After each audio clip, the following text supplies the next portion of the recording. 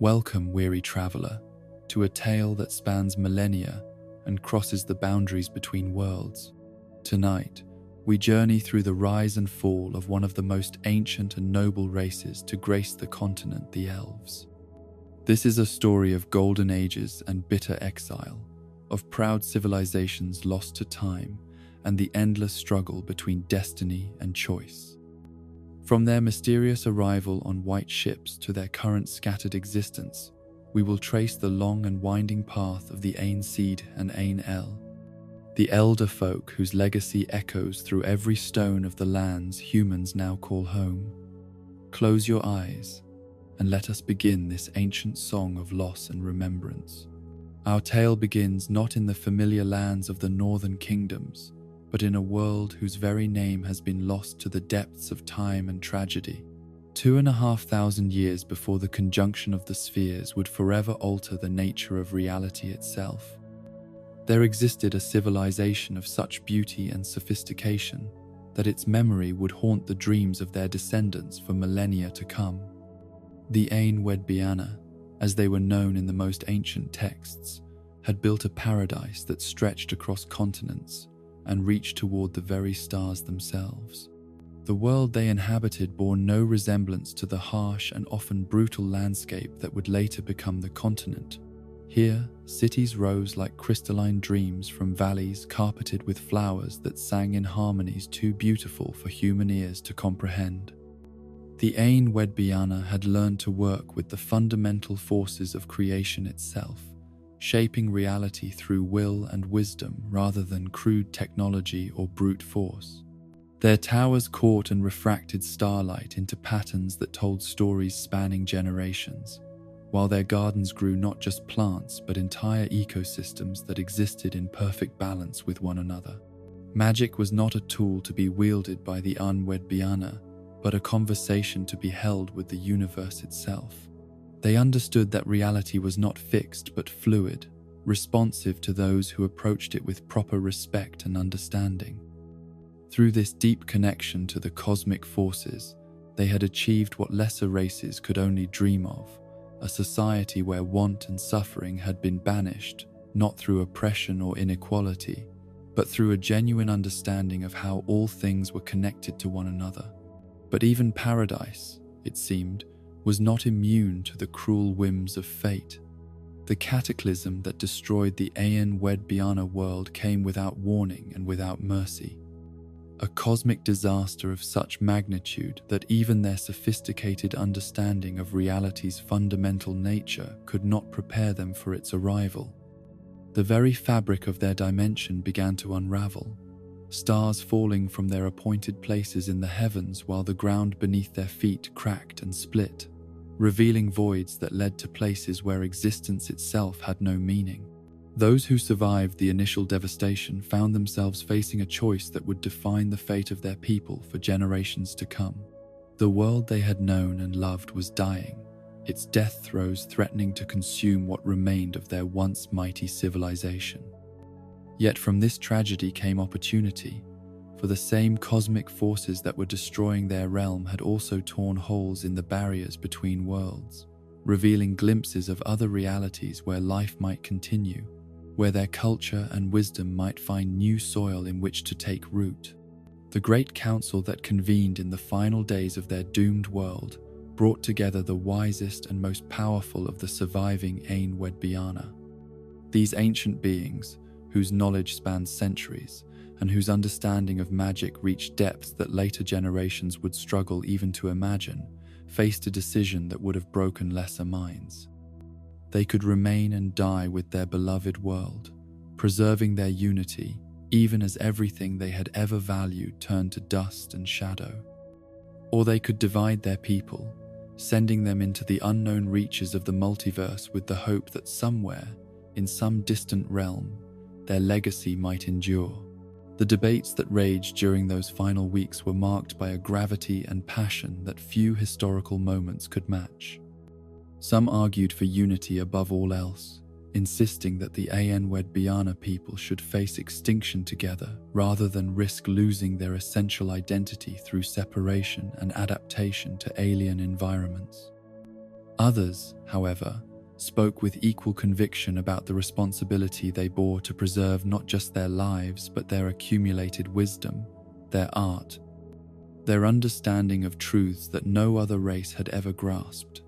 To let such knowledge die with them would be a tragedy that transcended their own personal losses. It was Lara Doran's great-grandmother, whose name has been lost to time, but whose wisdom echoed through the generations, who proposed the solution that would define elven history for millennia to come. Rather than choosing between unity and survival, why not pursue both paths, dividing their people according to their deepest philosophical inclinations and allowing each group to seek the destiny that best reflected their understanding of what it meant to be Ein Wedbiana? The proposal was both elegant and heartbreaking. Acknowledging that their people contained within themselves different visions of what survival should mean while accepting the painful reality that these visions could no longer coexist in a single society. The division that followed was not arbitrary, but reflected differences in philosophy and temperament that had existed within Ein Wedbiana culture for generations. The Ain Sidhi, as they would come to be known, believed that their salvation lay in adapting to new environments while maintaining their essential connection to the natural world. They envisioned a future where their people would once again live in harmony with the forces of nature, building civilizations that enhanced rather than dominated the landscapes they inhabited. Their approach to survival emphasized patience, careful observation, and the gradual cultivation of wisdom through direct experience of whatever new world they might discover. The Ainel, by contrast, believed that their people's destiny lay in transcending the limitations imposed by any single reality.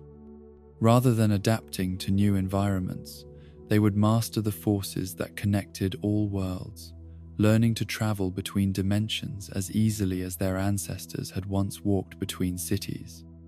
Their philosophy emphasized power and knowledge, the accumulation of magical abilities that would make them independent of any particular world's resources or limitations. They saw themselves not as refugees seeking shelter, but as explorers claiming their rightful place as masters of the multiverse itself. The months that followed the Great Division were filled with preparations that combined desperate urgency with meticulous attention to detail. The Ain Sidhi began construction of their white ships, vessels that were as much works of art as they were means of transportation. These magnificent craft were designed to carry not just passengers but entire cultural traditions, their holds filled with seeds from the most beautiful gardens, books containing the accumulated knowledge of millennia, and artifacts that embodied the highest achievements of their civilization. The ships themselves were wonders to behold, their white sails inscribed with protective runes and their hulls carved from woods that had grown in groves blessed by centuries of careful tending. The preparations required more than mere physical construction, however. The Ain Seidhe understood that the journey they were undertaking would test not just their bodies but their spirits, that the ordeal of leaving everything familiar behind might destroy their essential identity, even if they survived the physical challenges ahead. They spent countless hours in meditation and ritual, preparing their minds for the psychological trauma of exile while reinforcing the bonds of culture and tradition that would need to sustain them in whatever strange new world awaited their arrival. Meanwhile, the Ain El pursued their own preparations with characteristic intensity and ambition. Rather than building ships to carry them through physical space, they devoted their energies to understanding and harnessing the cosmic forces that would allow them to step between dimensions. Their researches led them deeper into the fundamental nature of reality than any of their ancestors had ever ventured, exploring magical territories that were both wondrous and terrifying in their implications. They learned to perceive the threads that connected all possible worlds, to sense the rhythms and patterns that governed the flow of existence between different planes of reality. It was during these explorations that the Ainel encountered the beings that would become their most important allies and, eventually, their most bitter enemies.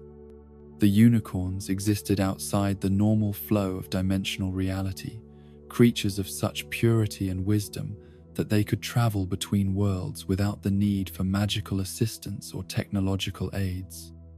Their very presence seemed to stabilize the chaotic forces that the dimensional barriers contained, making safe travel possible for those fortunate enough to earn their cooperation.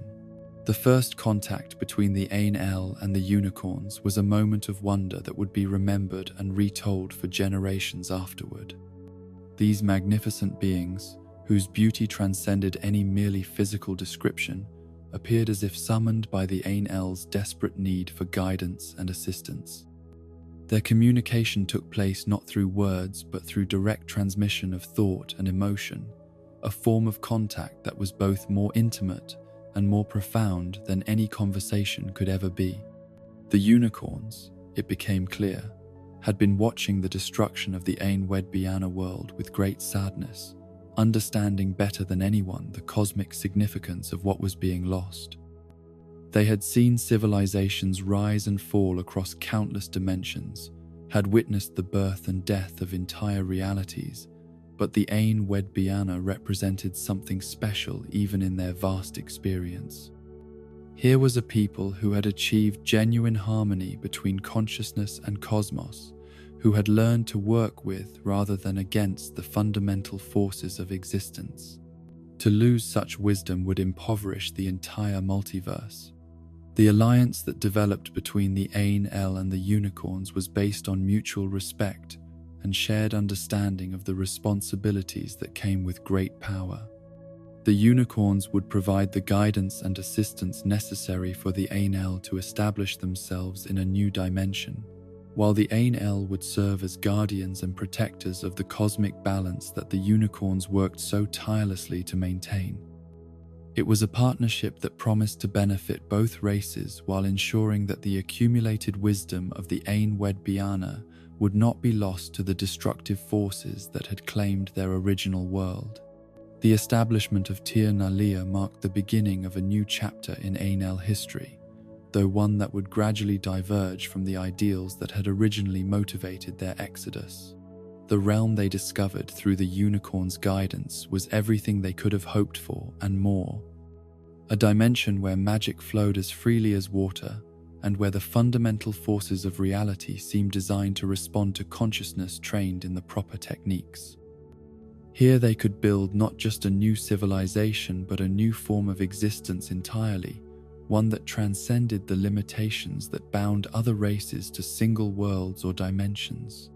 The city of Tir Nalia itself rose from the landscape like a vision made manifest, its spires reaching towards stars that existed in multiple dimensions simultaneously, while its foundations drew power from the deepest sources of magical energy.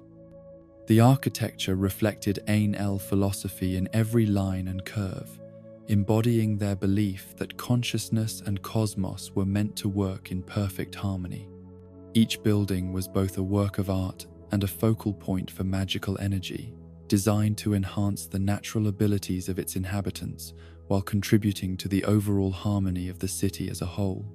Yet even as the Ain-El celebrated their successful establishment of a new homeland, the seeds of future tragedy were already being planted in the philosophical differences that had motivated their original separation from their Ain-Sida cousins. The power that flowed so freely in Tir Nalia was intoxicating, offering possibilities that grew more tempting with each passing generation. Where once the Ain-El had sought to preserve the wisdom and harmony of their ancestors, they gradually began to believe that they were destined to surpass those ancient achievements entirely. The Ain-Sida, meanwhile, faced challenges of an entirely different nature as they prepared for their own exodus from the dying world. Their white ships, magnificent as they were, could only carry them across the oceans of physical reality, not between the dimensions that their Ain-El cousins had learned to navigate. They would have to trust in fate and their own resourcefulness to find a new world suitable for their needs, with no guarantee that such a world even existed within their reach. The final farewells between the Ain-Sida and Ain-El were marked by a grief too deep for tears, an understanding that this separation might well be permanent, despite the hopes and promises that both sides expressed. These were not just two groups of refugees going their separate ways, but the sundering of a people whose unity had been forged over millennia of shared experience and mutual understanding. Each group carried with them memories of what had been lost, but also the terrible knowledge that they were losing something else, something equally precious, in the act of separation itself. As the white ships of the Ain Sidhe disappeared beyond the horizon of their dying world, and as the Ain El stepped through their dimensional portals into the unknown realms beyond, both groups carried with them more than just the hope of survival. They bore the weight of expectation and memory, the responsibility of preserving not just their own lives, but the essential spirit of what it meant to be inheritors of the most beautiful and harmonious civilization that their universe had ever produced. The journey of the Ain Sidhe across the vast oceans of space and possibility was an odyssey that tested every aspect of their character and resilience. For months that stretched into years, their white ships sailed through waters that reflected no familiar stars, guided only by ancient navigation techniques and the desperate hope that somewhere ahead lay a world where they could rebuild what they had lost. The ships themselves became their entire universe during this time, floating islands of culture and memory surrounded by the endless void of the unknown. Life aboard the white ships developed its own rhythms and traditions, born from necessity but sustained by the determination to maintain their essential identity despite the isolation and uncertainty that surrounded them. Children were born during the voyage who would know no homeland but the gently rolling decks beneath their feet, whose first language would be the creaking of ropes and the singing of wind through rigging rather than the ancient songs of their lost world. These shipborne elves represented both hope and tragedy, embodying their people's determination to continue while serving as living reminders of everything that had been left behind. The provisions that filled the ship's holds were more than mere supplies. They were seeds of future possibility, carefully chosen and preserved by those who understood that they might represent the only link between their new world and the paradise they had lost. Every specimen of plant life, every collection of seeds, every carefully preserved cutting represented hours of debate and agonizing choice. For the ships could only carry so much, and every cubic foot of space had to be allocated with the wisdom of generations. These living treasures would either flourish in whatever soil awaited them, or they would die and take with them irreplaceable fragments of beauty that could never be recovered. When the Pontar Delta finally appeared on the horizon, when the white ships at last found shores that would accept their keels and passengers who had almost forgotten what solid ground felt like, the moment was one of triumph and terror in equal measure. Here was salvation, the end of their long exile in the emptiness between worlds. But it was also the beginning of an even greater challenge, for now they would have to prove that their dream of rebuilding could become reality, that the wisdom and culture they had preserved during their voyage could take root in this strange new soil. The first steps onto the beaches of their new home were taken with a reverence that bordered on religious ceremony. These were not conquering heroes claiming new territory, but refugees who understood that they were being granted a precious gift by forces beyond their understanding. The very air they breathed was different from what their lungs had known, carrying scents and qualities that spoke of ecosystems and possibilities that their minds could barely begin to comprehend. Every sensation was both familiar and alien, reminding them that they were no longer in the world of their birth while offering the hope that they might yet create something worthy of their ancestors' memory. The land that spread before them was beautiful beyond description, valleys and forests that seemed to have been waiting for exactly the kind of careful stewardship that the Ain Sidhe were prepared to provide.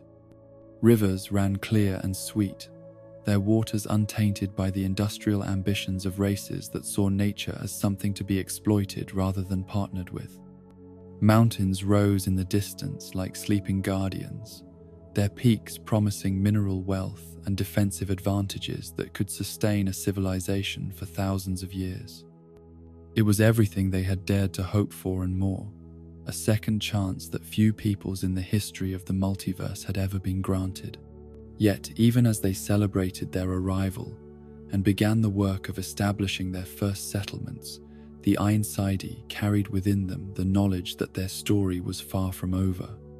They were no longer the only inhabitants of this new world, for their enhanced senses told them that other peoples had already claimed portions of this vast continent for themselves.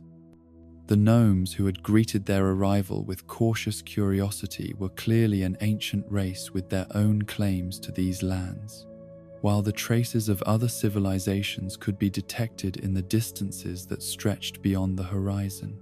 The age of migration had ended with their successful journey to this new world, but the age of adaptation was only beginning. The Einsidey who had survived the destruction of their original home and the trials of the long voyage would now face the challenge of building something new while remaining true to something old, of creating a civilization that honored their past while embracing the possibilities of their future. They could not have known, as they made their first camps on those distant shores, that they were laying the foundations for both the greatest flowering of elven culture that this world would ever see and the eventual tragedy that would scatter their descendants to the winds of exile and loss.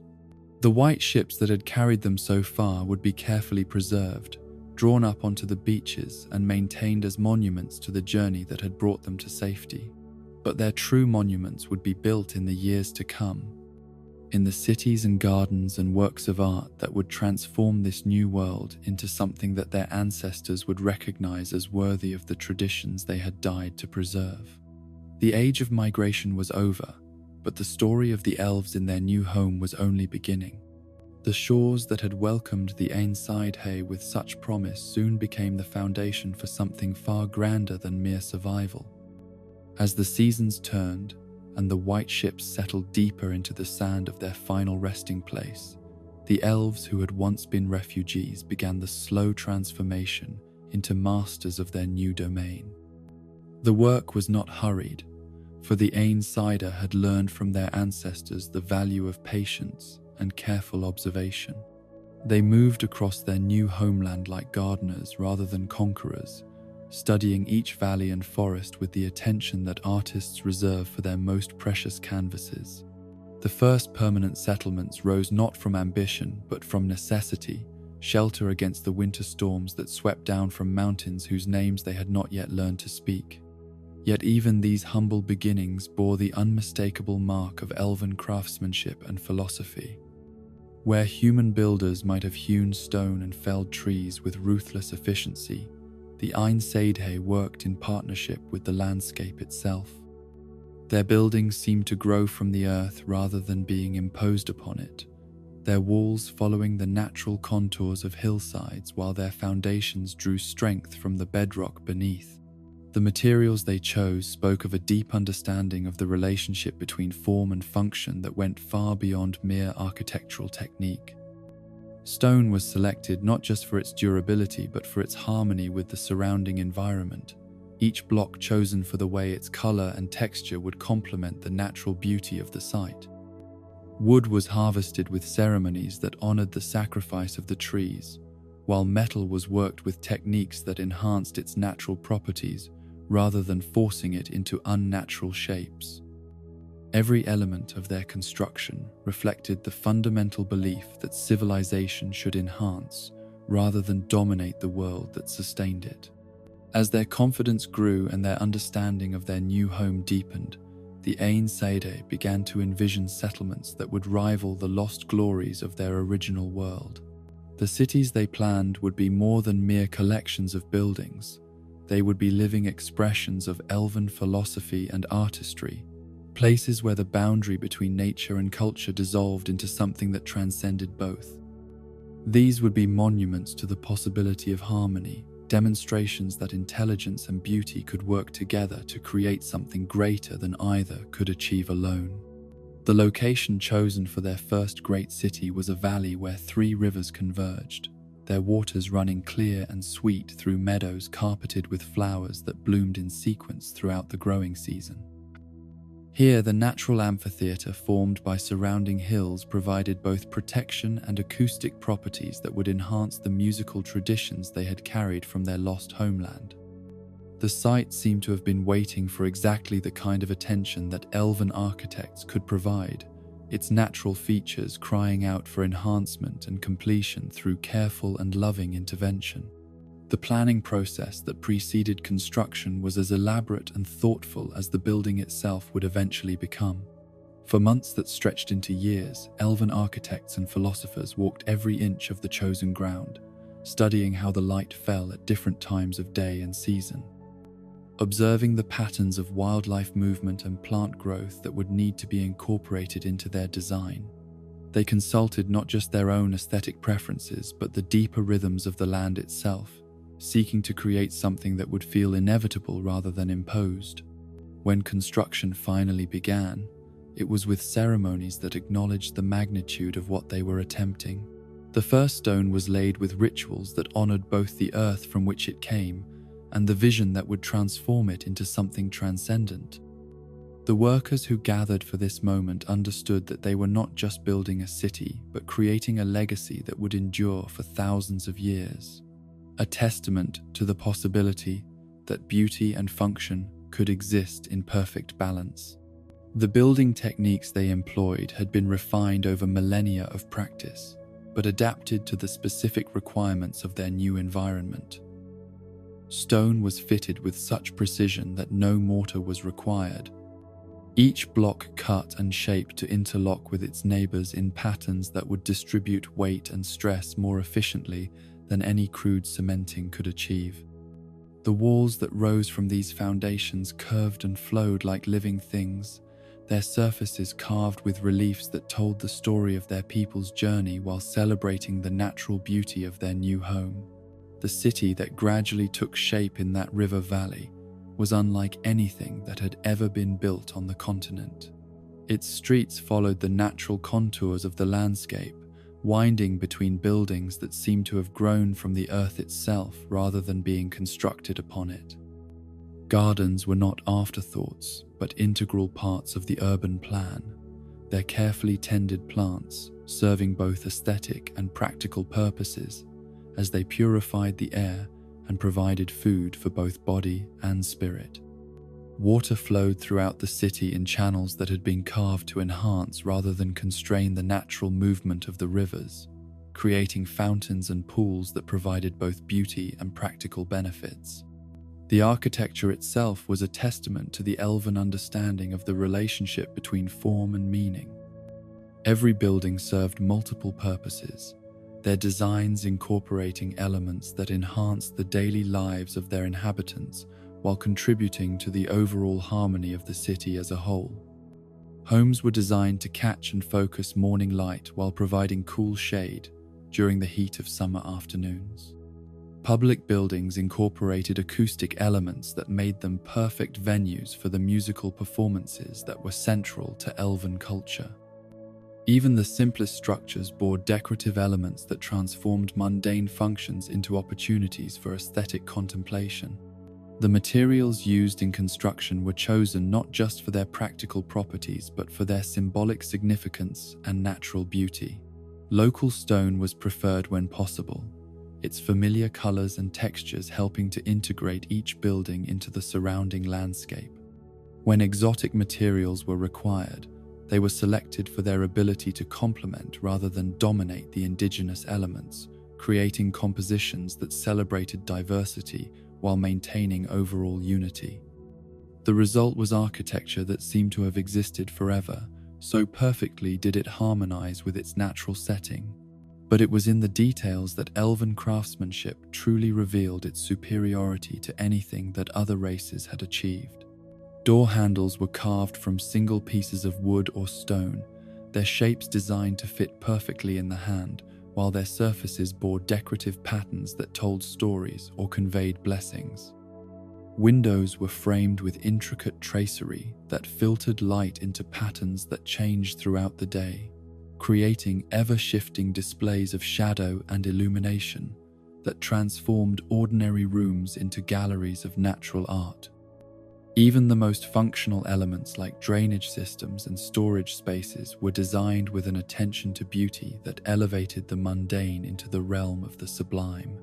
The success of their first great city inspired the Ain Sidhe to expand their ambitions across the length and breadth of their new continent.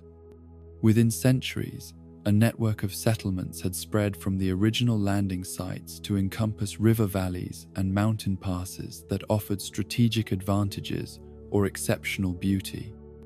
Each new city was unique, its design adapted to the specific requirements of its location, while maintaining the essential characteristics that marked it as unmistakably elven in origin and inspiration.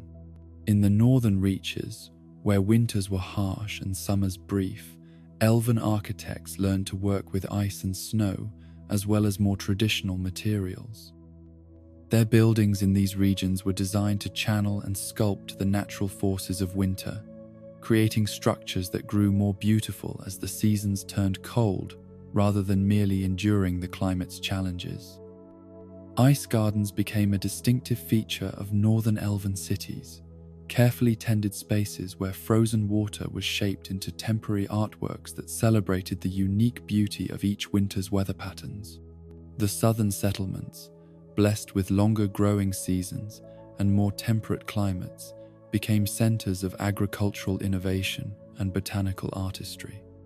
Here, elven gardeners developed techniques for cultivating plants that had never grown together in nature, creating living compositions that changed throughout the year as different species reached their peak bloom times. The boundaries between gardens and architecture dissolved entirely in these southern cities, with buildings that were literally grown from trained trees and vines rather than constructed from dead materials. Mountain settlements presented their own unique challenges and opportunities, requiring engineering solutions that could work with rather than against the dramatic topography of their chosen sites. Elven architects learned to carve entire buildings from living rock, their tools and techniques allowing them to hollow out spaces within cliffs and mountainsides that retained the natural strength of stone while providing all the amenities of more conventional construction. These mountain cities were perhaps the most dramatic examples of elven architecture, their existence barely visible from a distance, yet revealing magnificent interiors that seemed to extend infinitely into the heart of the mountains themselves. The coastal settlements developed their own distinctive character, their architecture influenced by the constant presence of sea and sky.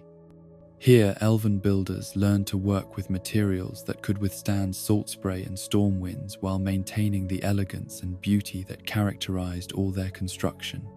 Towers were built to catch and channel sea breezes, providing natural cooling during summer months while their shapes created musical tones as the wind passed through carefully designed openings.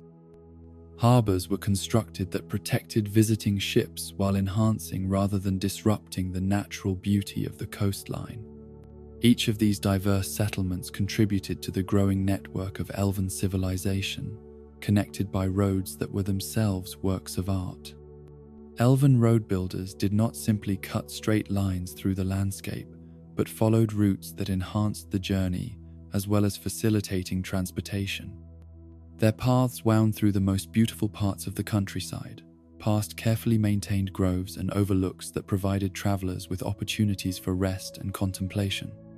Bridges were built not just to cross rivers and valleys, but to frame views and create vantage points that revealed the full glory of the landscape they traversed. The cities themselves were connected by more than just physical roads, for the Ain Sidhe had maintained the sophisticated systems of communication and governance that had characterized their original civilization. Messages could travel from one end of their territory to the other with remarkable speed, carried by riders who knew every path and shortcut through their network of settlements.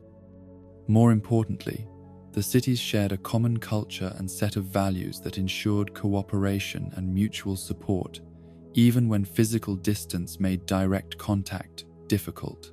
The The governance of this expanding civilization reflected elven values of harmony and consensus rather than the authoritarian structures that characterized most other races.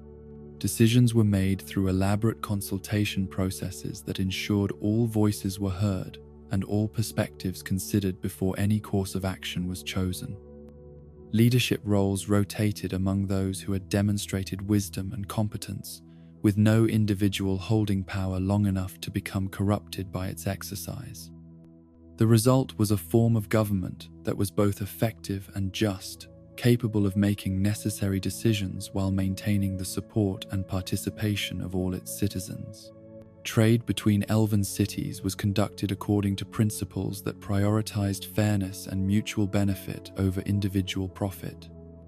Goods were exchanged based on their actual value and utility rather than arbitrary market forces, with special attention paid to ensuring that no community became overly dependent on others for essential resources. This approach to commerce fostered innovation and specialization, while maintaining the self-sufficiency that elven philosophy considered essential for true independence and security. The cultural life of these cities was as rich and varied as their architecture, with each settlement developing its own traditions while contributing to the broader tapestry of elven civilization. Music and poetry flourished in environments that provided both inspiration and audience, with public spaces designed specifically to enhance acoustic properties and provide venues for performance. The elven love of storytelling found expression in elaborate narrative traditions that preserved historical knowledge while entertaining and educating listeners of all ages. The visual arts reached heights of sophistication that would not be equaled by any other race for millennia to come. Elven painters learned to work with pigments derived from local plants and minerals, creating colors and effects that seemed to glow with inner light. Their canvases were not limited to traditional materials but included living trees whose bark could be trained to grow in decorative patterns, walls of stone that were carved and polished to reveal hidden beauties within the rock, and even temporary artworks created from arrangements of flowers and leaves that would change and evolve with the seasons. Sculpture was perhaps the most characteristic of the elven arts, for it combined their mastery of materials with their deep understanding of form and proportion. Elven sculptors worked in stone and wood, metal and crystal, creating pieces that seemed to capture not just the appearance of their subjects but their essential spirit and meaning. Many of their greatest works were architectural elements that served practical functions while also providing aesthetic pleasure, demonstrating the elven conviction that beauty and utility were not opposing forces but complementary aspects of proper design. The scholarly traditions that had been preserved during the long voyage from their original world found new expression in libraries and academies that became centers of learning for the entire continent. Elven scholars pursued knowledge not for its own sake, but for its ability to enhance life and promote understanding between different peoples and cultures. Their research encompassed everything from practical engineering and agricultural techniques to abstract philosophical inquiries into the nature of consciousness and reality. The magical arts received particular attention, for the Ainsider understood that their new world operated according to different principles than their original home.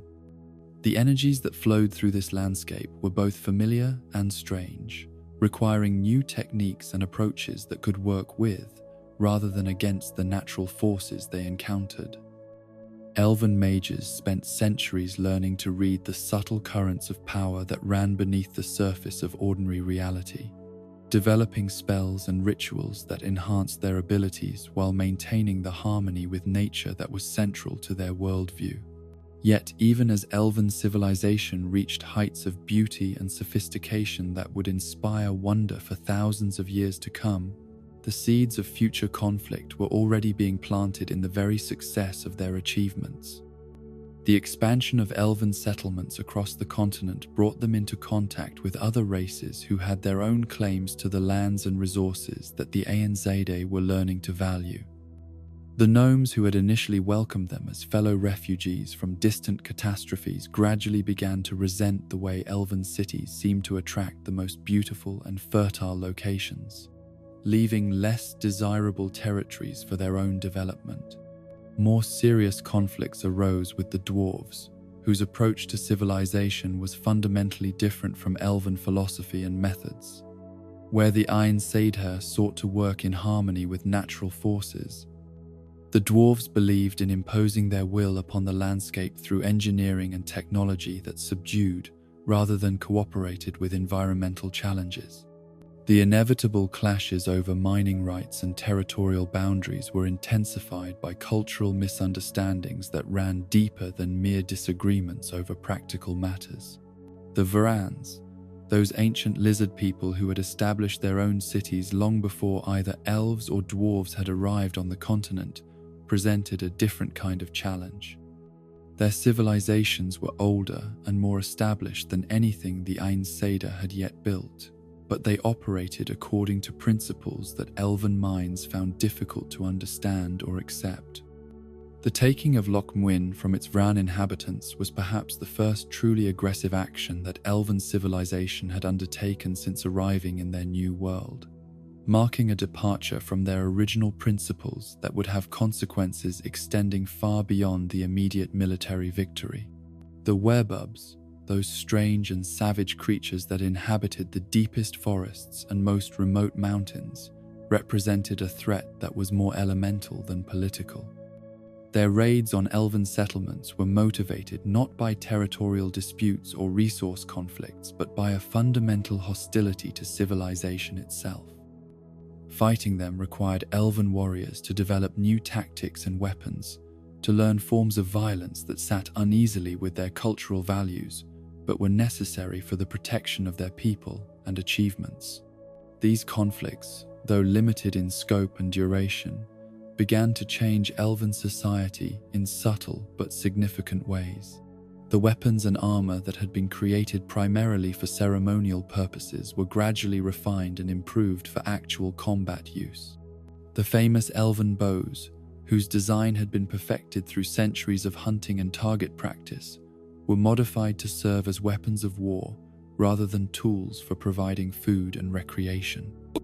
The lightweight construction and superior accuracy that made them prized by hunters would eventually make them equally valuable to soldiers and assassins.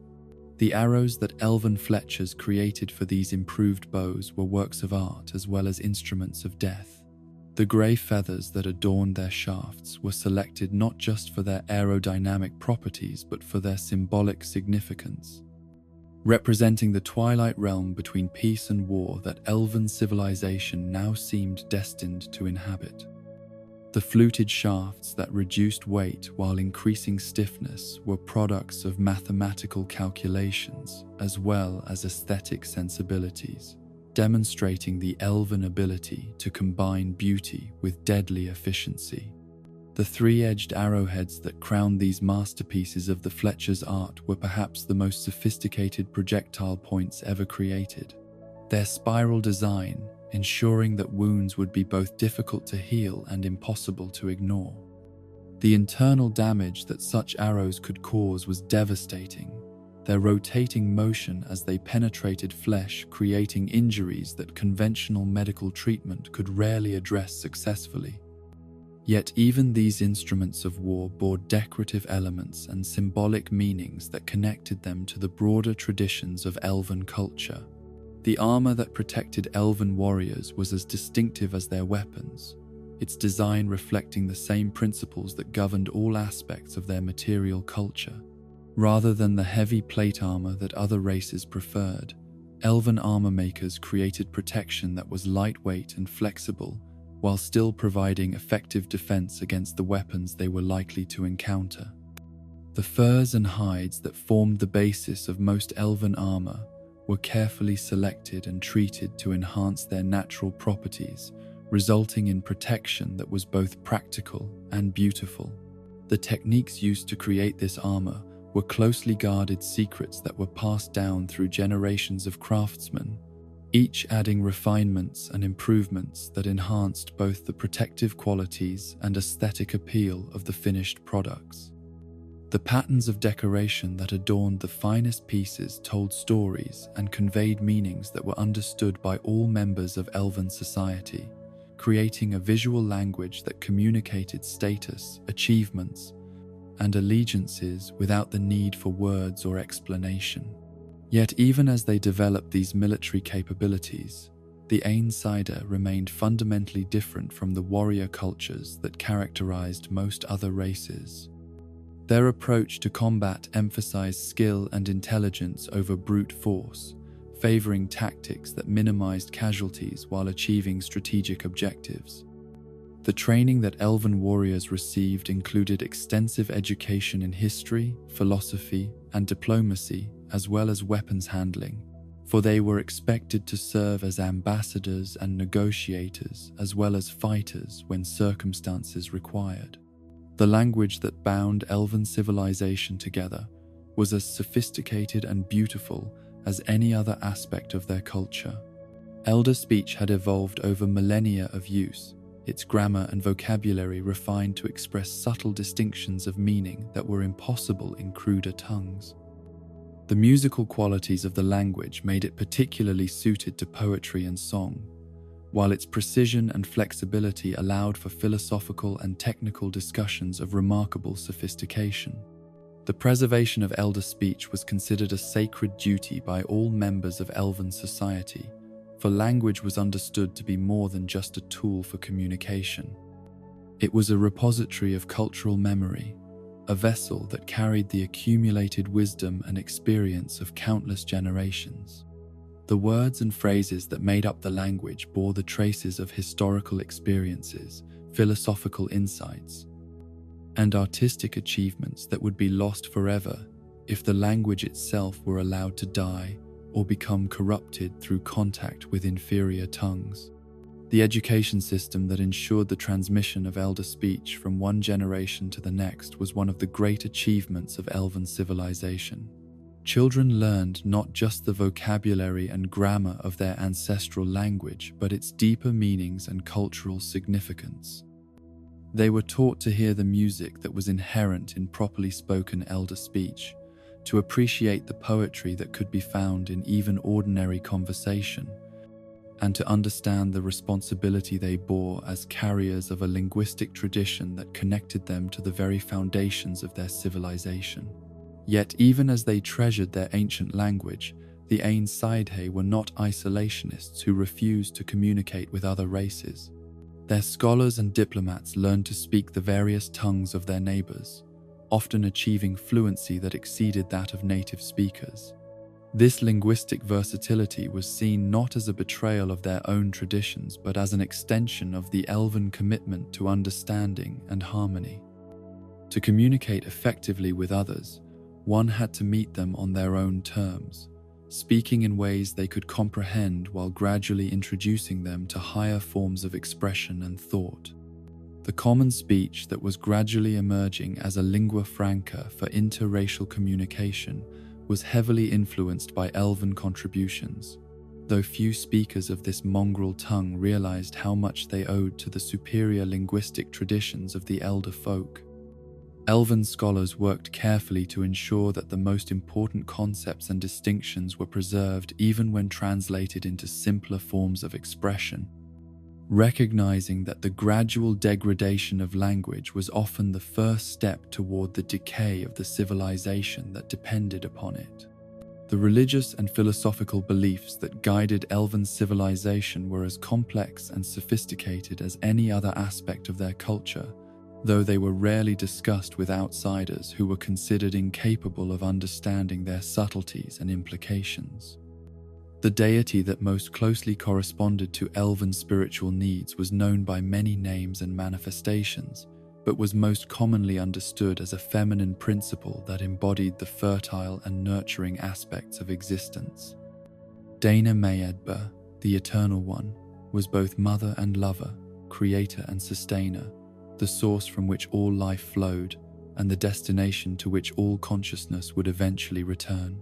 The worship of this divine principle was not conducted through the elaborate rituals and hierarchical structures that characterized the religious practices of other races.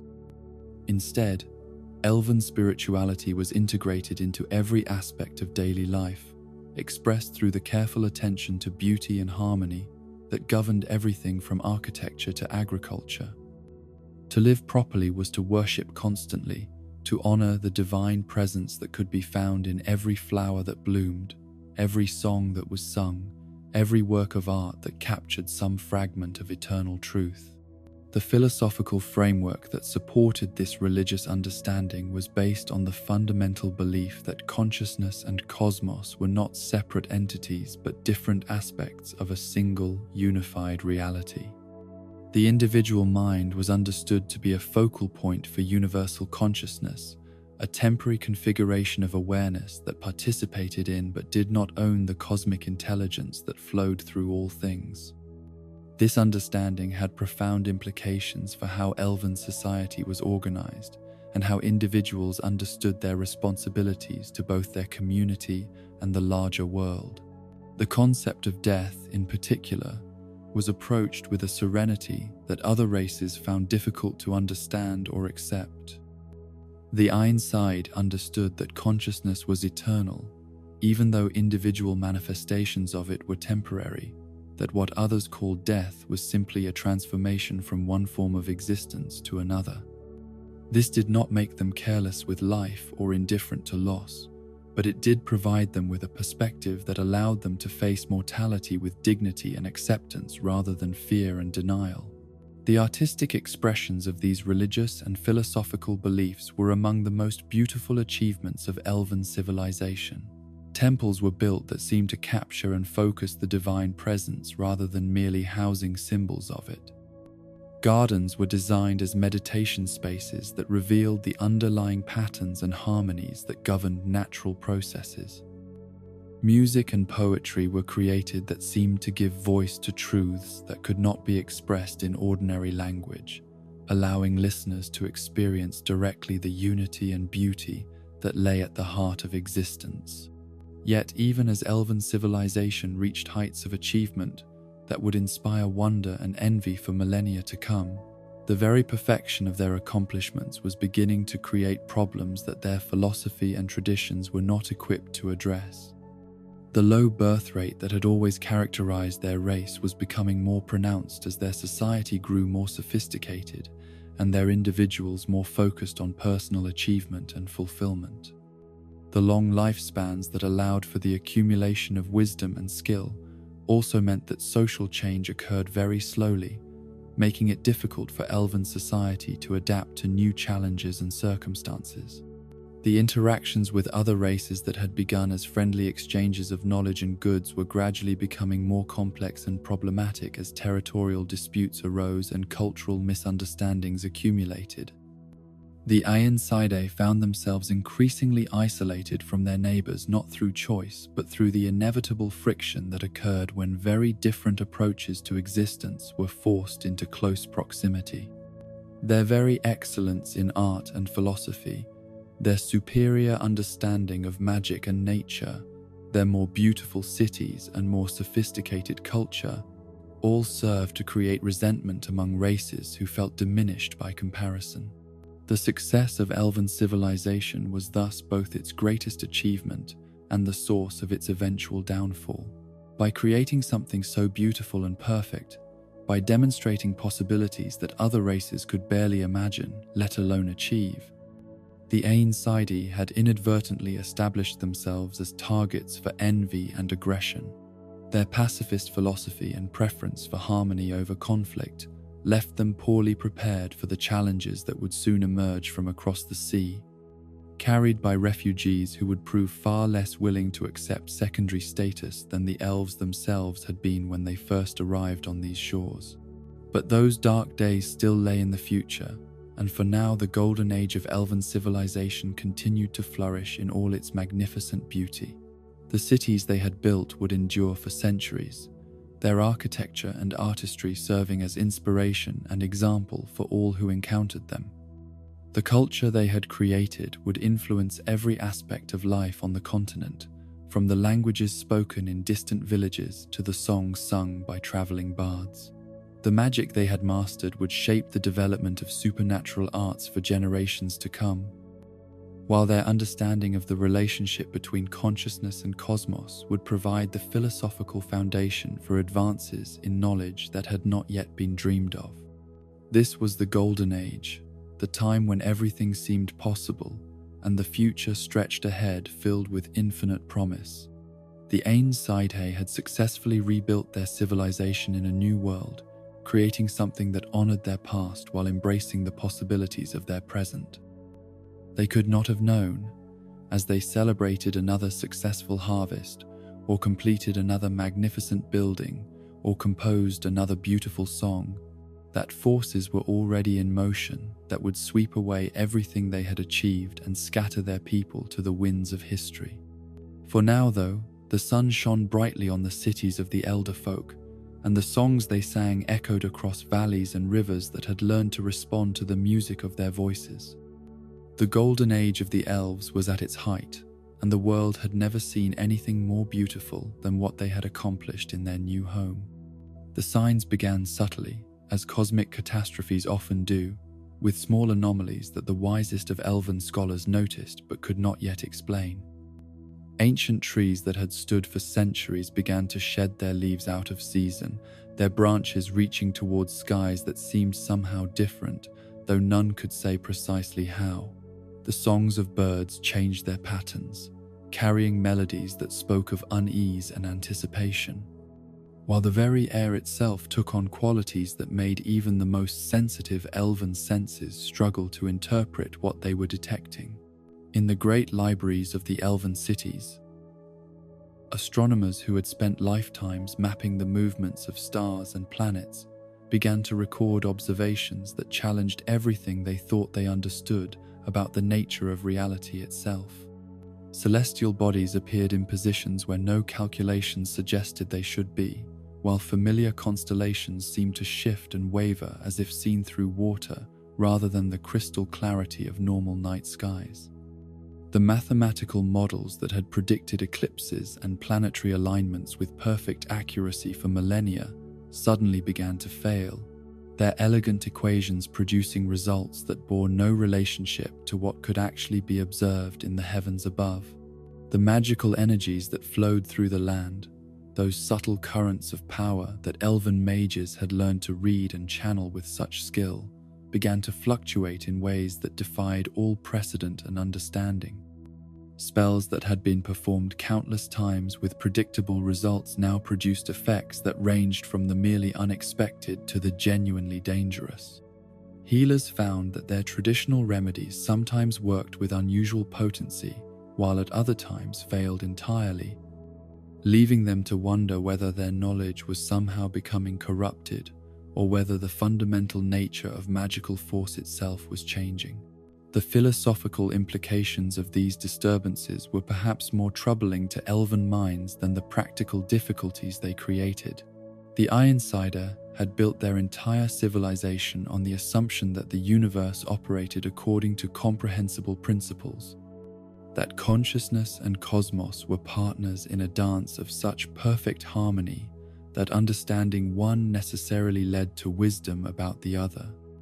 If the basic rules that governed reality were subject to arbitrary change, if the patterns they had spent millennia learning to read were no longer reliable guides to truth, then what foundation remained for the elaborate edifice of knowledge and culture they had constructed? The debates that raged in elven councils and academies during those strange months reflected uncertainties that went to the very heart of their worldview.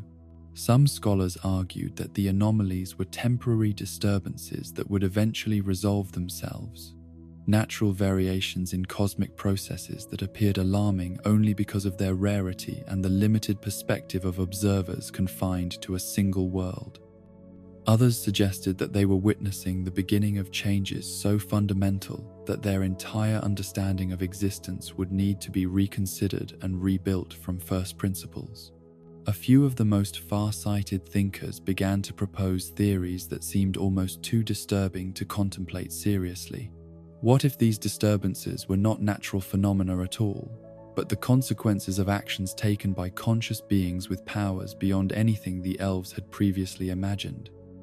What if somewhere in the vast expanses of space and time, forces were at work that could literally reshape reality itself, bending the fundamental laws of existence to serve purposes that mortal minds could not comprehend?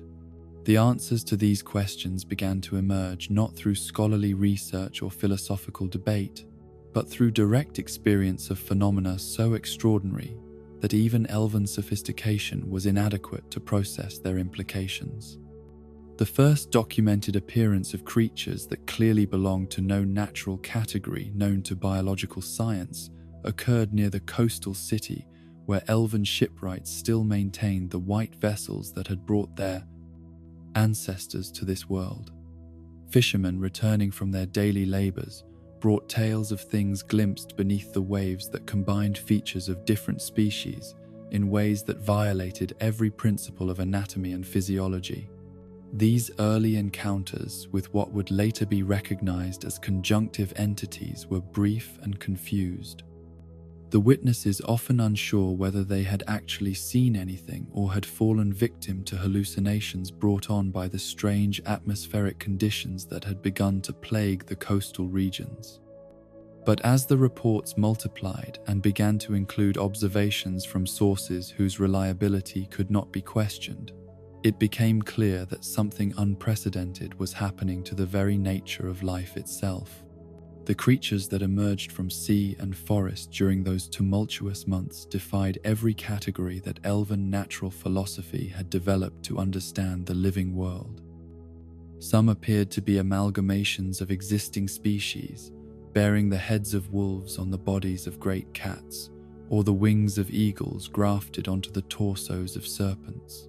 Others seemed to represent entirely new forms of existence, their anatomies following principles that made no sense according to any known biological pattern, while their behaviors suggested intelligence of a type that no natural creature had ever displayed.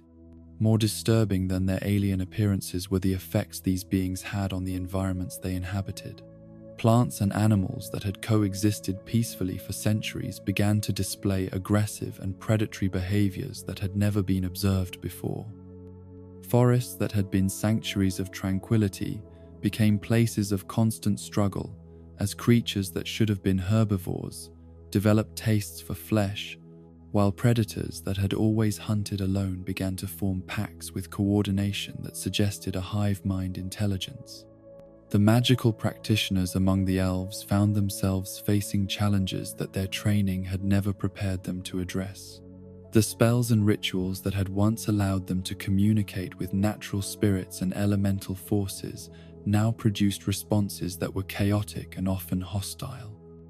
Attempts to heal the corruption that was spreading through the natural world sometimes succeeded brilliantly, but more often resulted in unpredictable mutations that made the original problems worse rather than better. It was during this period of mounting crisis that elven scholars first began to understand the true scope of what they were experiencing. The anomalies they had initially dismissed as temporary disturbances were not random fluctuations in natural processes, but symptoms of something far more profound and terrifying.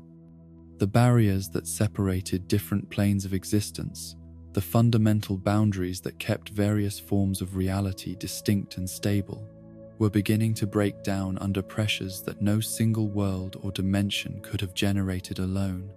The concept of the conjunction of the spheres emerged not from any single insight or discovery, but from the gradual recognition that only an event of cosmic magnitude could account for the scale and variety of changes they were witnessing. Somewhere in the vast structure of existence, forces beyond comprehension had aligned in ways that were forcing different realities to occupy the same space simultaneously. The result was not the destruction of any particular world, but the creation of something entirely new and unprecedented, a hybrid reality that combined elements from multiple dimensions into patterns that had never existed before. The theoretical framework that elven philosophers developed to understand the conjunction was elegant in its simplicity, even as it was terrifying in its implications. Reality, they proposed, was not a single unified structure, but a collection of separate spheres or dimensions, each operating according to its own laws and containing its own forms of life and consciousness. Under normal circumstances, these spheres remain distinct and separate, their inhabitants unaware of the existence of parallel realities that might be separated by distances smaller than the width of a blade, but as unbridgeable as the space between stars. The conjunction represented a catastrophic breakdown in the natural order that kept these spheres separate, a cosmic event that forced different realities to merge and interweave in ways that violated the fundamental architecture of existence itself. The creatures now appearing in their world were not invaders or visitors, but refugees from other dimensions whose own realities had been equally disrupted by the same cosmic catastrophe. The mutations and anomalies they were witnessing were the inevitable result of incompatible forms of existence being forced to cohabit space that was never designed to accommodate such diversity. The practical implications of this understanding were both hopeful and deeply troubling. On one hand, it suggested that the crisis was not the result of any malevolent force deliberately attacking their world, but a natural disaster of unprecedented scale that was affecting all realities equally. The strange creatures and chaotic magical effects were symptoms rather than causes, evidence of universal suffering rather than targeted assault. On the other hand, it implied that the changes they were experiencing might be permanent, that the stable reality they had always known might be gone forever, replaced by something far more complex and unpredictable. The arrival of the first human beings in this context took on significance that went far beyond the simple addition of another race to the continent's population. These newcomers were not merely migrants seeking better opportunities or refugees fleeing some local catastrophe, but representatives of an entirely different sphere of existence. Living proof that the barriers between worlds had indeed collapsed in ways that would reshape the fundamental nature of reality itself. The humans who emerged from the dimensional chaos bore little resemblance to the elegant and sophisticated beings that elven philosophy suggested should result from any natural evolutionary process. Where elven development had emphasized harmony with natural forces and the gradual refinement of consciousness toward higher states of awareness, human evolution seemed to have followed entirely different principles. These newcomers displayed a restless energy and aggressive adaptability that was both impressive and disturbing, suggesting that their original world had required qualities very different from those that elven civilization valued most highly. Jan Becker, the first human to demonstrate mastery of what they called chaos magic, represented a fundamentally different approach to supernatural forces than anything elven tradition had ever contemplated. Where elven mages worked through careful study and gradual attunement to natural energies, seeking to understand and cooperate with the forces they sought to channel, Becker and his followers approached magic as a tool to be mastered and exploited for immediate practical advantage. Their techniques were crude by elven standards, but their effectiveness could not be denied, and their willingness to experiment with dangerous forces that more cautious practitioners would never dare to touch gave them capabilities that often exceeded those of far more educated and experienced elven mages. The implications of human magical practice extended far beyond questions of technique and training. The approach they represented suggested a worldview that was fundamentally incompatible with elven philosophy, one that saw the universe not as a harmonious system to be understood and appreciated, but as a collection of resources to be exploited for the benefit of those clever and strong enough to seize control of them.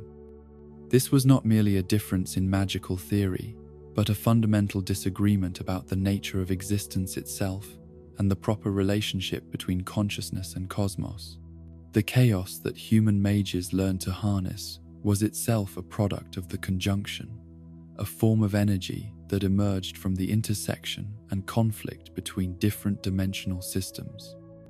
Unlike the natural magical forces that elven practitioners had spent millennia learning to understand, Chaos was by definition unpredictable and uncontrollable, its effects varying according to circumstances that no single mind could anticipate or prepare for.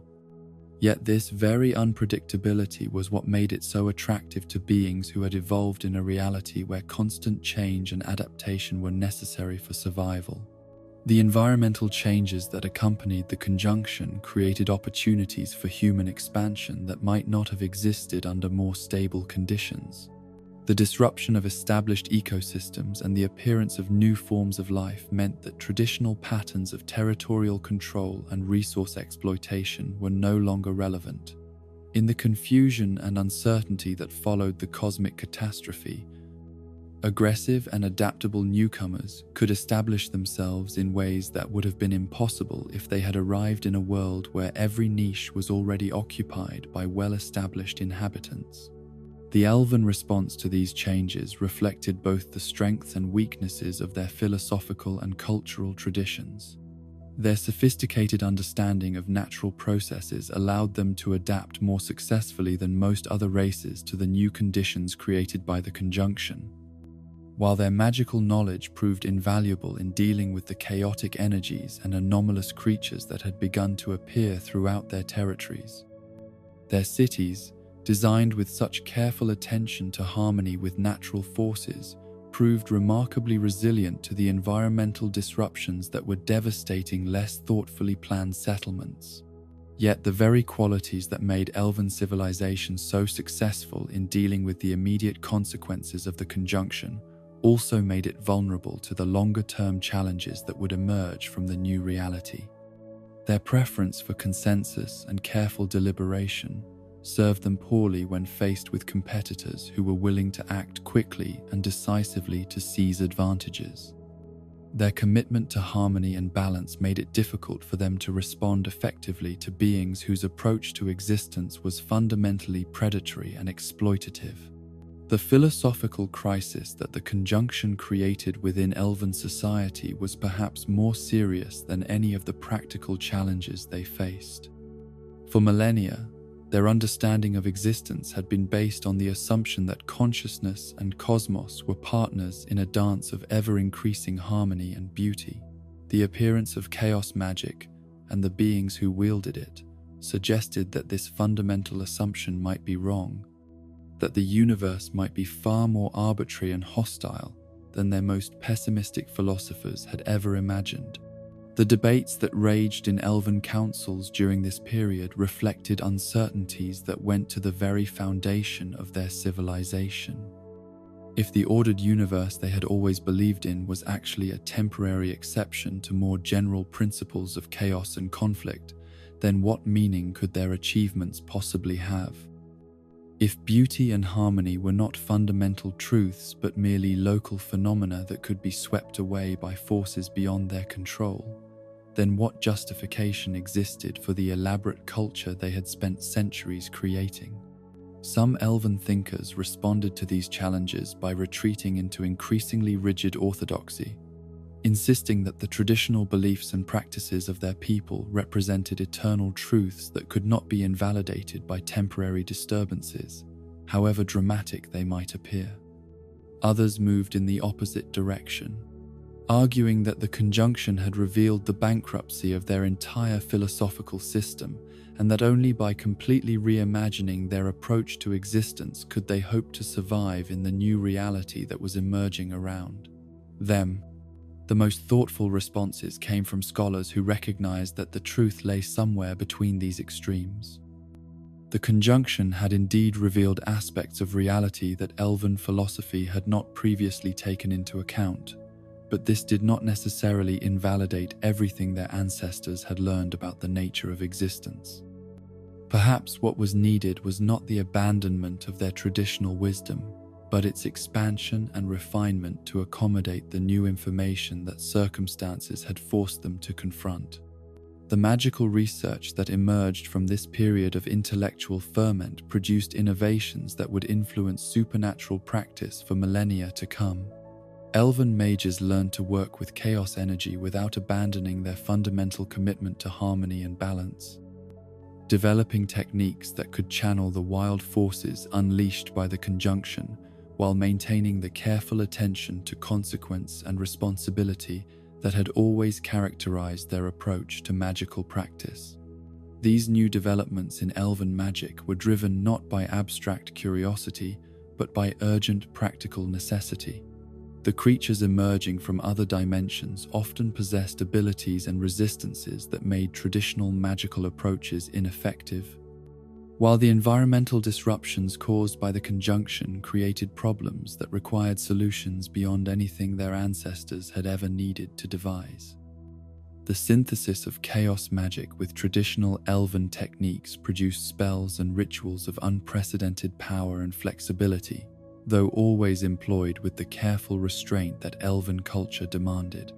The transformation of the natural world during the conjunction period created challenges that tested every aspect of elven knowledge and skill. Forests that had been carefully tended for centuries were suddenly overrun by alien plant species whose growth patterns disrupted the delicate ecological balances that elven agriculture depended upon.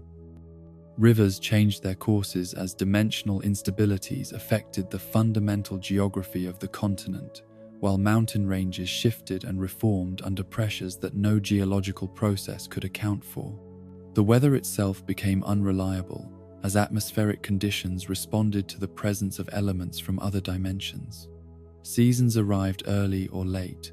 Storms developed patterns of behavior that defied all previous meteorological understanding, while phenomena that belonged to other climates entirely began to appear in regions where they had never been observed before. Elven farmers, whose agricultural techniques had been refined over millennia of careful observation and experimentation, found themselves dealing with growing conditions that changed too rapidly for traditional methods to accommodate. Yet even as they struggled with these immediate practical challenges, the more far-sighted among the elves began to recognize opportunities as well as threats in the new situation.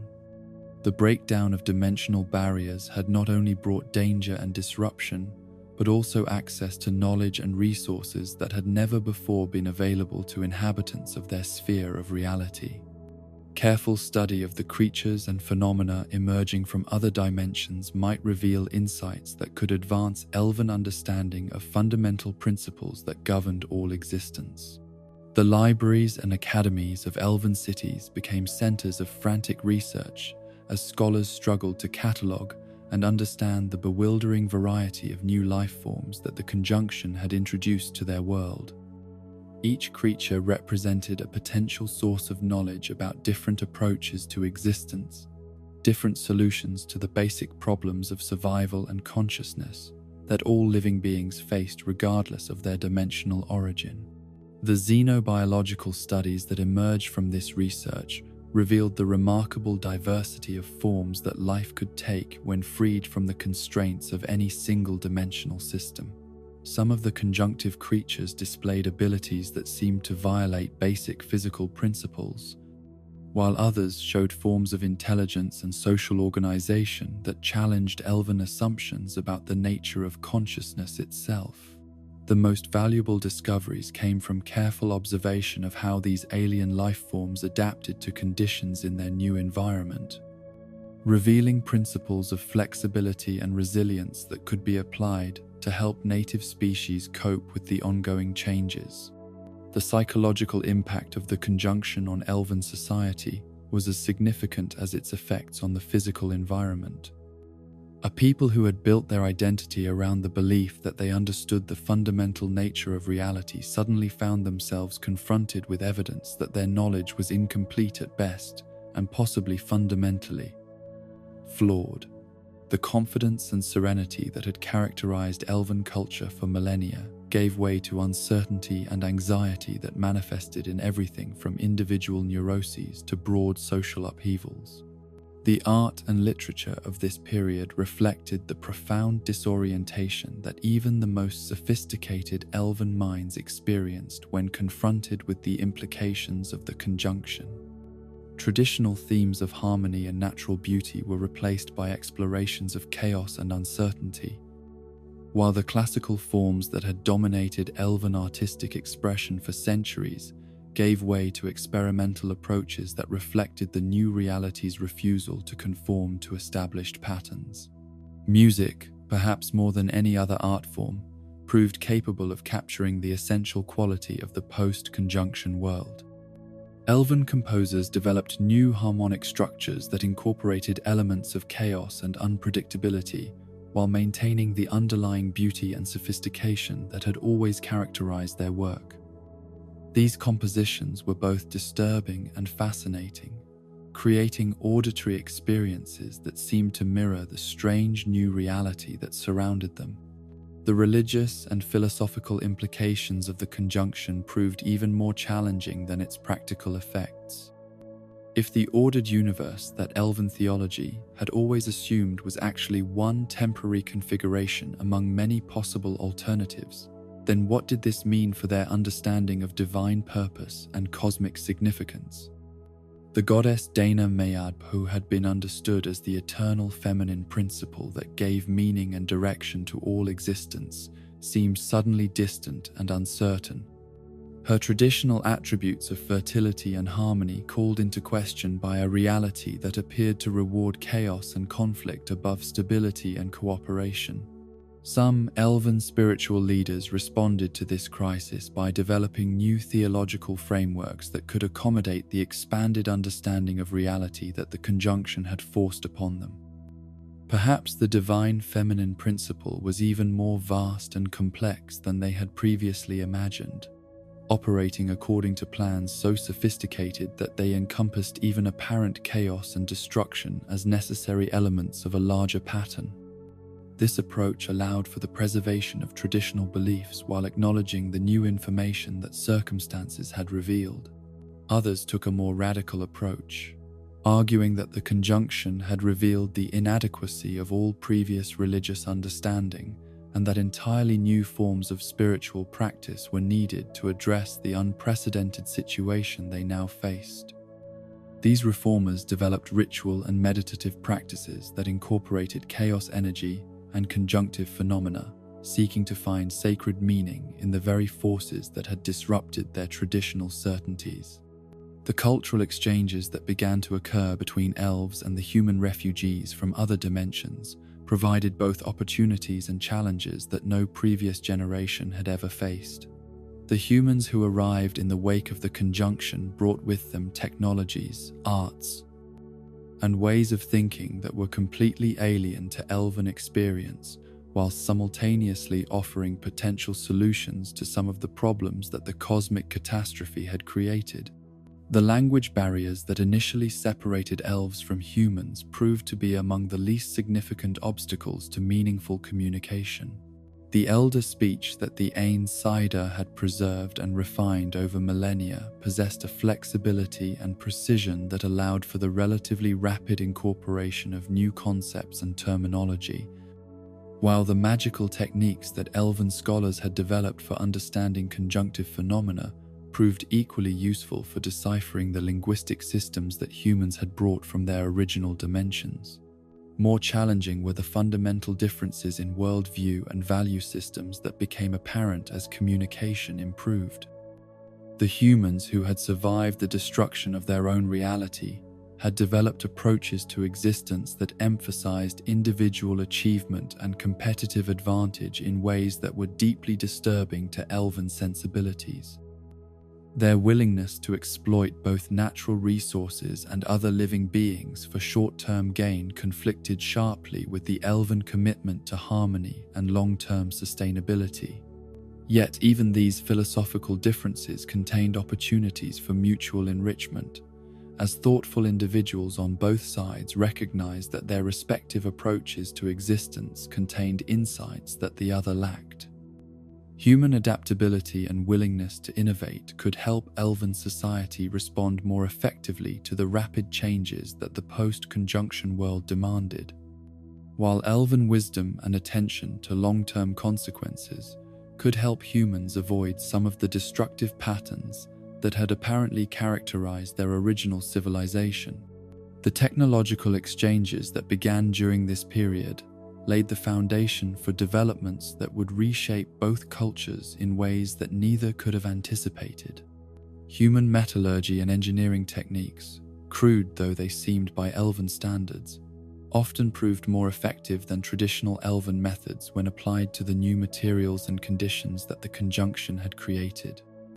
Meanwhile, Elven understanding of magical forces and natural processes provided humans with tools for controlling and directing their chaotic energies in ways that their original techniques had never achieved. The hybrid technologies that emerged from these collaborations represented something entirely new in the history of both civilizations. Weapons and tools that combined human innovation with Elven craftsmanship proved superior to anything that either culture had previously developed, while architectural and agricultural techniques that merged both traditions produced results that were both beautiful and practical in ways that satisfied the aesthetic demands of Elven culture while meeting the efficiency requirements that human survival strategies demanded.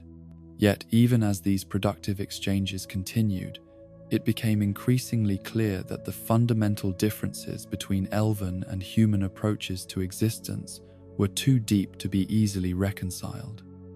The competitive individualism that had allowed humans to survive in their chaotic original environment made it difficult for them to appreciate the cooperative principles that Elven society depended upon, while the Elven commitment to harmony and balance often prevented them from responding quickly enough to the aggressive tactics that human survival instincts seemed to demand. The seeds of future conflict were planted during these early years of contact, though few on either side recognized their significance at the time. Each culture saw in the other qualities that were both admirable and threatening, capabilities that could either enrich their own traditions or completely undermine the foundations upon which their civilization rested. The question of whether these differences could be resolved through mutual adaptation or would inevitably lead to conflict remained unanswered as the immediate crisis of the conjunction gradually gave way to the longer-term challenges of building a stable society in the transformed world it had created. As the cosmic forces that had driven the conjunction finally began to stabilize, as the barriers between dimensions solidified into new but more predictable patterns, the inhabitants of the transformed continent found themselves facing a reality that was neither the familiar world they had known nor the chaos they had feared. The new order that emerged was complex and challenging, filled with opportunities and dangers that would require new forms of wisdom and new approaches to the fundamental questions of existence that every conscious being must ultimately confront. The conjunction of the spheres had ended, but its consequences would echo through history for millennia to come, shaping the destinies of all the peoples who now shared this strange new world. For the Elves, who had once believed themselves masters of a universe they thought they understood, the cosmic catastrophe had revealed both the limitations of their knowledge and the resilience of their essential wisdom. The golden age of their civilization was drawing to a close, but the tests that lay ahead would reveal whether the foundations they had built were strong enough to support their people through the trials that awaited them in this transformed reality. The first human ships appeared on the horizon like harbingers of a new age, their crude sails and weathered hulls bearing little resemblance to the elegant white vessels that had carried the Ainside to these same shores so many centuries before. Yet there was something in their very crudeness that spoke of determination and desperation in equal measure, a quality that the watching elves found both fascinating and deeply unsettling. These newcomers had not come seeking beauty or harmony, but survival itself, and in that single-minded focus lay both their greatest strength and their most dangerous limitation. The year 760 after the conjunction marked the beginning of what scholars would later call the landing of the exiles. Though none who witnessed those first arrivals could have predicted the magnitude of change they represented. 4 ships in total made landfall at the Pontar Delta and the mouth of the Yaruga, their holds disgorging men and women whose faces bore the marks of suffering and loss that only those who have fled from ultimate catastrophe can truly understand. These were refugees not from war or famine, but from some more fundamental disaster that had made their original home uninhabitable, forcing them to seek sanctuary in dimensions they had never imagined existed. The ship that would prove most significant in the long history of human-elven relations bore the ominous designation of the Vessel of Outcasts. Its passengers marked by crimes or circumstances that had made them unwelcome even among their fellow exiles. It was from this ship that Jan Becker emerged, the man whose discovery of chaos magic would provide humanity with the tools they needed to not merely survive in their new world, but to dominate it through force and cunning that their more civilized neighbors could neither match nor adequately resist. The elves who first observed these human settlements were struck by the obvious differences between their own approach to colonization and the methods that the newcomers employed. Where the Ain Sidi had spent years carefully studying their new environment before attempting to build permanent structures, the humans began construction almost immediately upon landing, their shelters rising with a speed and efficiency that spoke of desperate urgency rather than thoughtful planning. Their buildings were crude by elven standards, built for function rather than beauty, yet they possessed a utilitarian effectiveness that allowed their inhabitants to establish secure bases of operation with remarkable rapidity. The humans themselves proved equally puzzling to elven observers. They were clearly intelligent beings, capable of sophisticated organization and technological innovation, yet their behavior suggested a worldview that was almost incomprehensibly alien to elven sensibilities. They showed little interest in understanding or cooperating with the natural forces that governed their new environment, preferring instead to impose their will through techniques that emphasized control and exploitation rather than harmony and partnership. The cultural practices that the humans brought with them reflected origins in a reality where cooperation and consensus were apparently less valuable than individual achievement and competitive advantage. Their social structures were hierarchical in ways that elven society had never been, with clear distinctions between leaders and followers that were maintained through combinations of personal charisma, demonstrated competence, and, when necessary, the threat or application of force. This approach to governance allowed for rapid decision-making and coordinated action, but it also created internal tensions and conflicts that seemed to consume enormous amounts of energy and attention. The discovery of chaos magic by Jan Becker represented a watershed moment in the relationship between the human refugees and the established peoples of the continent. The elves had always understood that the conjunction had made certain forms of supernatural power available that had not previously existed in their reality, but their approach to investigating these new energies had been characteristically cautious and methodical. Becker's willingness to experiment with forces that more prudent practitioners considered too dangerous to approach directly gave him access to capabilities that quickly established human magical practice as a force that could not be safely ignored. The implications of human success with chaos magic extended far beyond questions of supernatural technique and theory. The crude but effective spells that Becker and his followers developed demonstrated that raw power and aggressive application could sometimes achieve results that centuries of careful study and gradual refinement had failed to produce. This revelation was profoundly disturbing to elven mages, whose entire approach to magical practice was based on the assumption that understanding and wisdom were prerequisites for any significant supernatural achievement. The speed with which human settlements spread across the continent reflected both their aggressive approach to colonization and the advantages that chaos magic provided in dealing with the environmental challenges that the colonization, post-conjunction world presented. Where elven expansion had been gradual and careful, with each new settlement planned and constructed according to principles that had been refined over generations of experience, human growth was rapid and opportunistic. taking advantage of whatever resources and opportunities presented themselves without regard for long-term consequences or environmental impact. The territories that the humans claimed for themselves were often those that the elves had avoided or abandoned. Lands that were considered too dangerous or unpredictable for careful cultivation, but which proved suitable for the more aggressive and adaptable approaches that human survival strategies demanded. Swamplands that harbored dangerous creatures became human strongholds after systematic campaigns of extermination that eliminated threats through overwhelming force rather than careful management.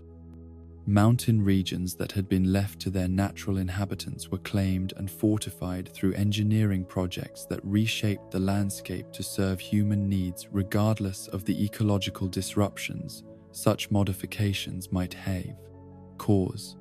The initial elven response to human expansion reflected both their cultural values and their fundamental misunderstanding of the nature of the threat that the newcomers represented. The Ainsider had dealt with other peoples for centuries, negotiating territorial agreements and resource-sharing arrangements with dwarves, gnomes, and various other races according to principles that emphasized mutual benefit and long-term stability. Their assumption that humans would prove amenable to similar approaches was based on the reasonable but ultimately incorrect belief that all intelligent beings would recognize the advantages of cooperation over conflict. The diplomatic initiatives that elven leaders launched during the early years of human settlement were conducted with the same careful attention to protocol and mutual respect that had characterized their successful negotiations with other peoples. Elven ambassadors approached human leaders with proposals for territorial division that would allow both cultures to develop according to their own preferences while avoiding conflicts over resources or living space. These proposals were generous by any reasonable standard, offering the humans access to fertile lands and valuable resources in exchange for agreements to respect elven claims to territories that their people had occupied and developed for centuries. The human responses to these diplomatic overtures were polite but non-committal, suggesting interest in cooperation while avoiding specific commitments that might limit their freedom of action. The elven negotiators interpreted this caution as evidence of reasonable prudence, assuming that the human leaders needed time to consult with their followers and develop detailed proposals for how such agreements might be implemented.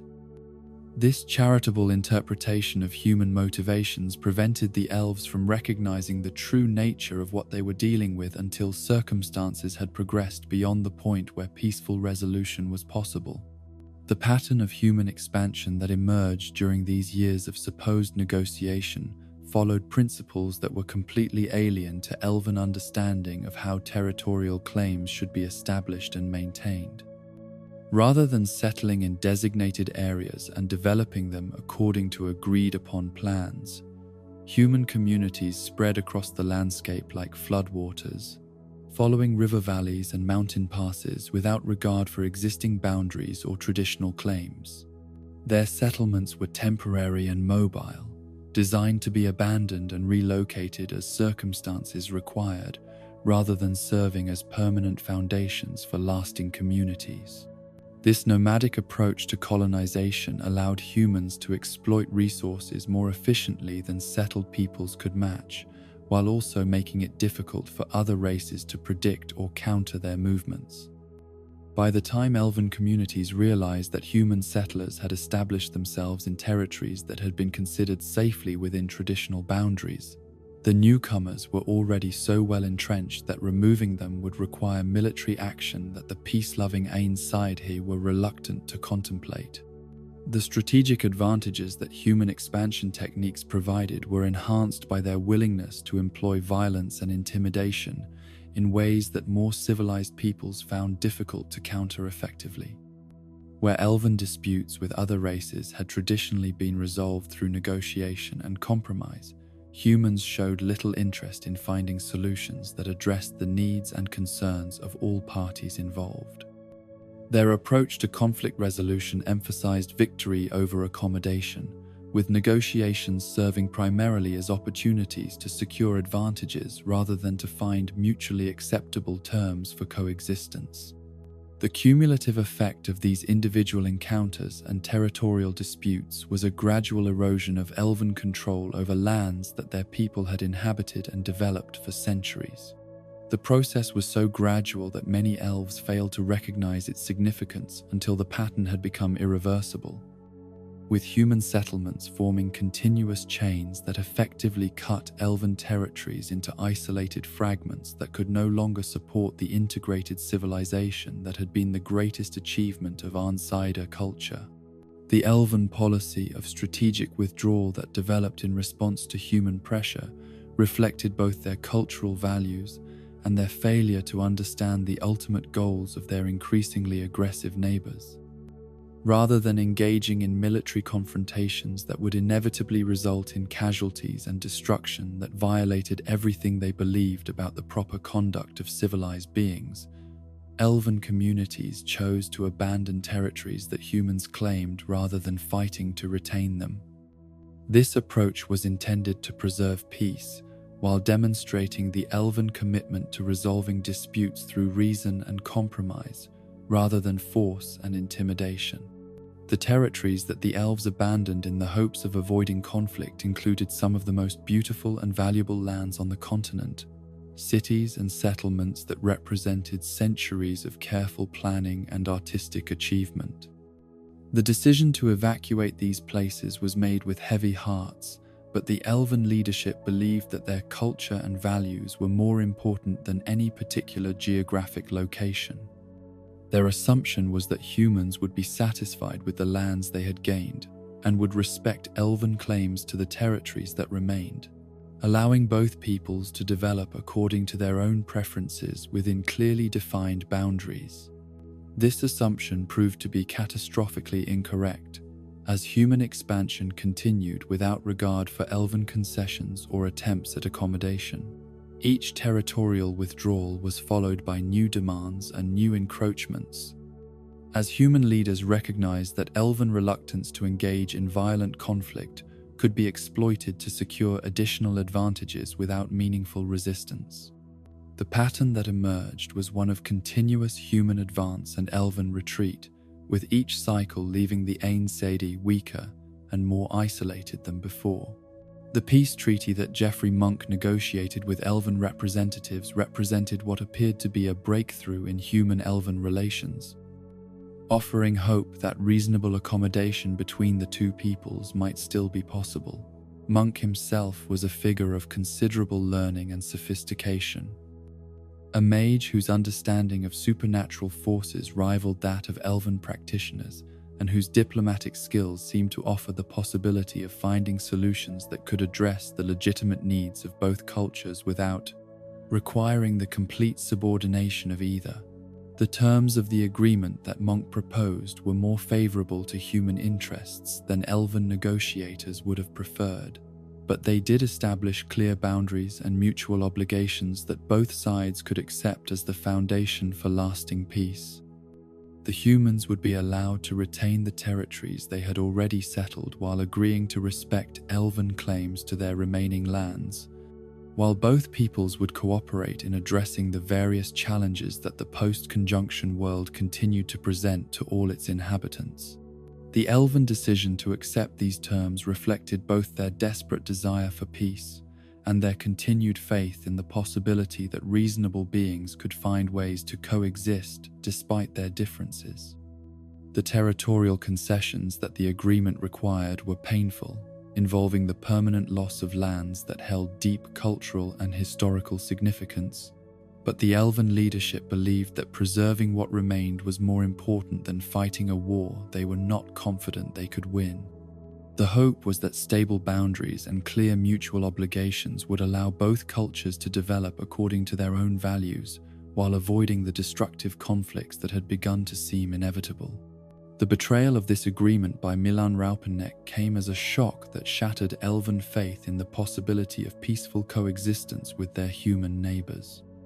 Raupenneck's decision to lead his Redanian forces across the Pontar River in direct violation of the treaty, demonstrated that human commitments to peaceful resolution were worthless when they conflicted with opportunities for military advantage. The systematic massacre of elven civilians at Loch Muin that followed revealed the true nature of human intentions toward the elder folk, showing that accommodation and compromise were seen not as paths to mutual benefit but as evidence of weakness to be exploited. The attack on Loch Muin was conducted with a methodical brutality that seemed designed not merely to capture territory but to terrorize the elven population into complete submission. The human forces that swept through the city showed no discrimination between combatants and civilians, between the elderly and children, between those who resisted and those who attempted to surrender. The slaughter that followed was comprehensive and systematic, intended to demonstrate that no elf anywhere on the continent could consider themselves safe from human violence. The destruction that followed the massacre was equally thorough, with human forces systematically destroying the architectural and artistic achievements that had made Loch Muin one of the most beautiful cities on the continent. Libraries were burned, sculptures were smashed, and gardens that had been tended for centuries were deliberately ruined in acts of vandalism that seemed motivated by pure hatred for everything that elven civilization represented. The message was clear. Humans were not interested in coexistence or accommodation, but in the complete eradication of elven culture and the subjugation or elimination of the people who had created it. The subsequent attack on Est Hamlet followed the same pattern, demonstrating that the massacre at Loch Muin had not been an isolated incident or the result of undisciplined troops acting without proper authority. The systematic nature of the violence and destruction convinced even the most optimistic elven leaders that they were facing an enemy whose goals were fundamentally incompatible with elven survival, let alone prosperity. The time for negotiation and compromise had passed, replaced by the stark necessity of military resistance or complete capitulation to human demands. The elven decision to respond with organized military action represented a fundamental transformation of their society and values that was as traumatic as the external threat that had prompted it. A people who had built their entire civilization on principles of harmony and cooperation were forced to adopt the tactics and mindset of their enemies, transforming themselves into something they had never wanted to become, in order to preserve whatever might be salvageable from the wreckage of their original ideals. The military forces that the Einsidé assembled for their desperate war against human expansion were unlike anything their culture had ever produced before. The weapons and armor that had been created primarily for ceremonial purposes were hastily adapted for actual combat, while craftsmen who had spent their lives creating objects of beauty found themselves designing instruments of death and destruction. The transformation was both necessary and heartbreaking, representing the final abandonment of the peaceful principles that had defined elven civilization for millennia. The strategic challenges that elven military leaders faced were almost insurmountable from the beginning. Human forces were not only more numerous, but were also better adapted to the realities of post-conjunction warfare.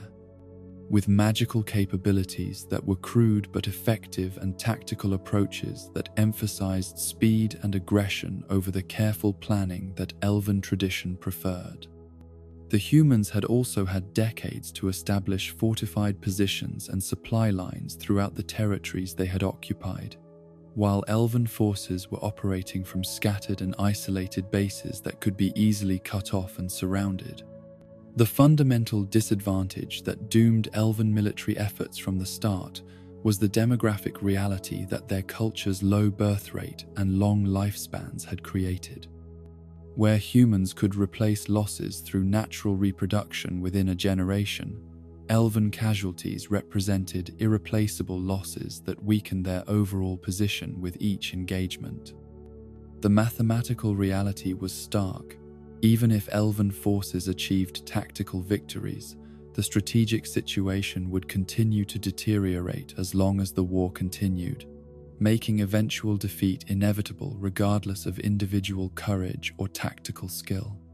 The battles that followed were characterized by a desperate elven attempt to achieve decisive victories that could offset their numerical disadvantages through superior tactics and individual skill. The famous elven archers proved their worth in countless skirmishes and ambushes, their legendary accuracy and rate of fire allowing small elven units to inflict casualties far out of proportion to their numbers. The lightweight armor and superior mobility of elven forces allowed them to strike quickly and withdraw before human reinforcements could arrive, creating a pattern of guerrilla warfare that prolonged the conflict while gradually wearing down both sides. Yet, for all their tactical successes, elven forces found themselves steadily pushed back toward the eastern territories that represented their last strongholds on the continent. Each victory was temporary, each successful ambush or raid followed by human countermeasures that gradually eliminated the advantages that had made elven resistance possible. The human learning curve was steep, their tactical adaptations rapid and effective, while elven forces found themselves increasingly isolated from the support systems that had made their early successes possible. The final collapse of organized elven resistance came not through any single decisive battle, but through the cumulative exhaustion of resources and personnel that made continued military action impossible. The scattered elven communities that remained were too small and too isolated to support the kind of coordinated military effort that might have changed the strategic balance, while the human forces that pursued them had grown increasingly experienced and effective at countering elven tactics and exploiting their weaknesses. The surrender that followed was not a formal ceremony, but a gradual recognition that further resistance would only result in additional casualties without any realistic hope of changing the ultimate outcome. Elven communities throughout the Eastern Territories simply stopped fighting, abandoning their weapons and fortifications to seek whatever accommodation with their human conquerors might be possible. It was an ending that reflected the character of the entire conflict, not dramatic or decisive, but gradual and inevitable, the final acknowledgement of realities that had been apparent to objective observers from the very beginning. Yet even in defeat, the elven spirit proved impossible to completely suppress. In the year 1060, long after organized resistance had supposedly ended, a young elf named Eileren gathered a group of followers who shared her refusal to accept the permanent subjugation of their people. Her decision to lead an attack on the ancient elven palace of Sherode was both tactically futile and symbolically essential, representing the enduring desire for dignity and self-determination that no amount of military defeat could completely extinguish. The battle at Sherode was over almost before it began, with Eileren and her followers overwhelmed by human forces that had been expecting exactly such an attempt at resistance. The tactical outcome was never in doubt, but the symbolic significance of the action resonated throughout the scattered elven communities that remained. Here was proof that the elven spirit had not been broken by defeat, that somewhere within their people burned an unquenchable flame of defiance that would survive as long as any of the elder folk remained alive. The inspiration that Eileren's sacrifice provided to her people was perhaps more dangerous to human dominance than any military victory could have been. Her example demonstrated that elven resistance was not dependent on favorable tactical conditions or adequate resources, but on the fundamental refusal to accept that their situation was permanent and unchangeable. The seeds of future rebellion were planted in the moment of her death, taking root in hearts and minds throughout the elven diaspora to await whatever future opportunities might arise for their germination and growth. The human response to Eileren's rebellion revealed the underlying insecurity that characterized their position as conquerors of a people they could defeat but could never truly subdue. The systematic destruction of elven cultural sites that followed was motivated not by strategic necessity, but by the recognition that as long as any physical reminders of elven achievement remained, the possibility of renewed resistance could never be completely eliminated. The burning of libraries and the demolition of architectural masterpieces represented attempts to erase not just the physical legacy of elven civilization, but the memory of what it had achieved. Yet this very destructiveness contained within it the seeds of its own failure, for it demonstrated to observers throughout the continent the fundamental barbarism that lay beneath the veneer of human civilization.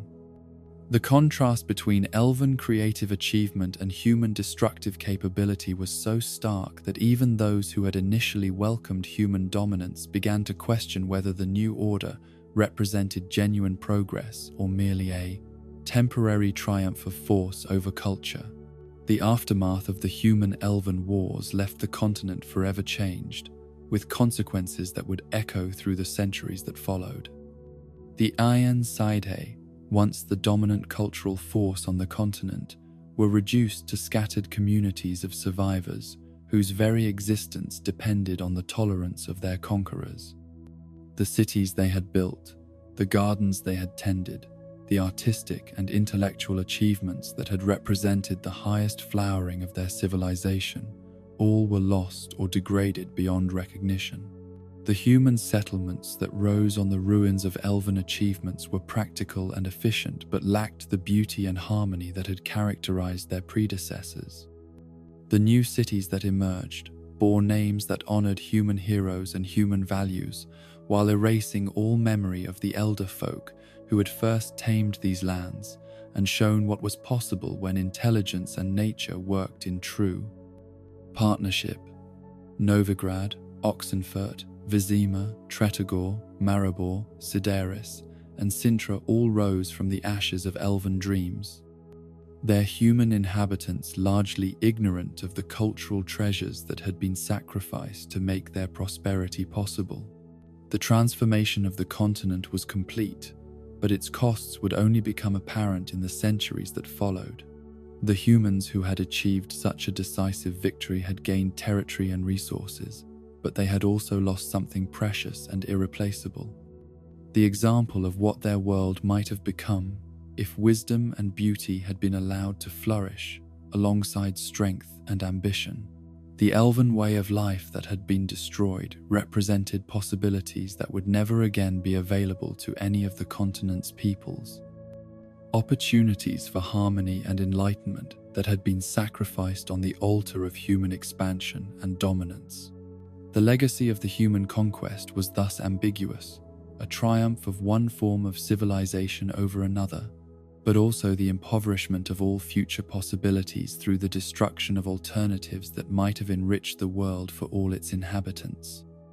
The Age of Elves had ended, but the Age of Humans that replaced it would be haunted forever by the memory of what had been lost and the knowledge that it could never be recovered or replaced. The years that followed the collapse of organized elven resistance brought challenges that were in many ways more complex and soul-crushing than the open warfare that had preceded them, where the desperate battles of the human-elven wars had at least offered the dignity of direct confrontation.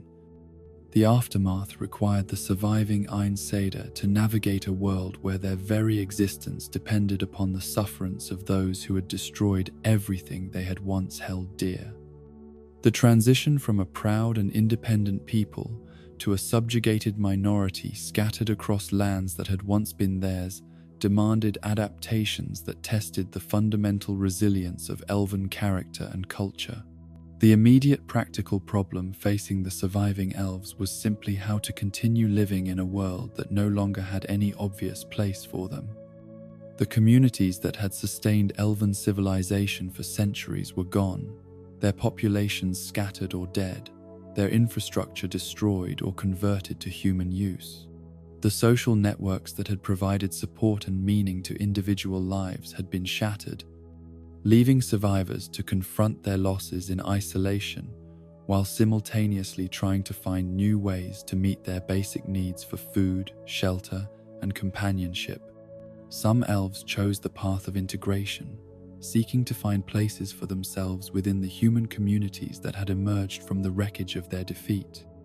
This choice required compromises that would have been unthinkable during the golden age of elven civilization, but desperation made many things possible that pride had once forbidden. Elven scholars who had once debated the finest points of philosophy and magical theory found themselves serving as tutors to human children, whose understanding of the world was crude, but whose parents could pay for instruction. Elven artists, whose work had once adorned the greatest palaces and temples of their people, became decorators and craftsmen, producing ornamental objects for human patrons whose aesthetic sensibilities were limited, but whose gold was real. The process of integration was neither simple nor uniformly successful, requiring elves to master not only the practical skills needed to function in human society, but also the complex social and cultural codes that governed interactions between different groups. The humans who were willing to employ or associate with elves were often themselves marginal figures, individuals whose own status in human society was sufficiently precarious that they could not afford to be too selective about their companions and collaborators. This meant that elves seeking integration often found themselves operating in environments that were both socially and physically dangerous, where survival depended as much on cunning and adaptability as on any particular skills or talents they might possess. The linguistic challenges alone were formidable, requiring elves to achieve not merely functional competence in human languages, but the kind of nuanced understanding that would allow them to navigate the subtle hierarchies and unspoken assumptions that characterized human social interactions.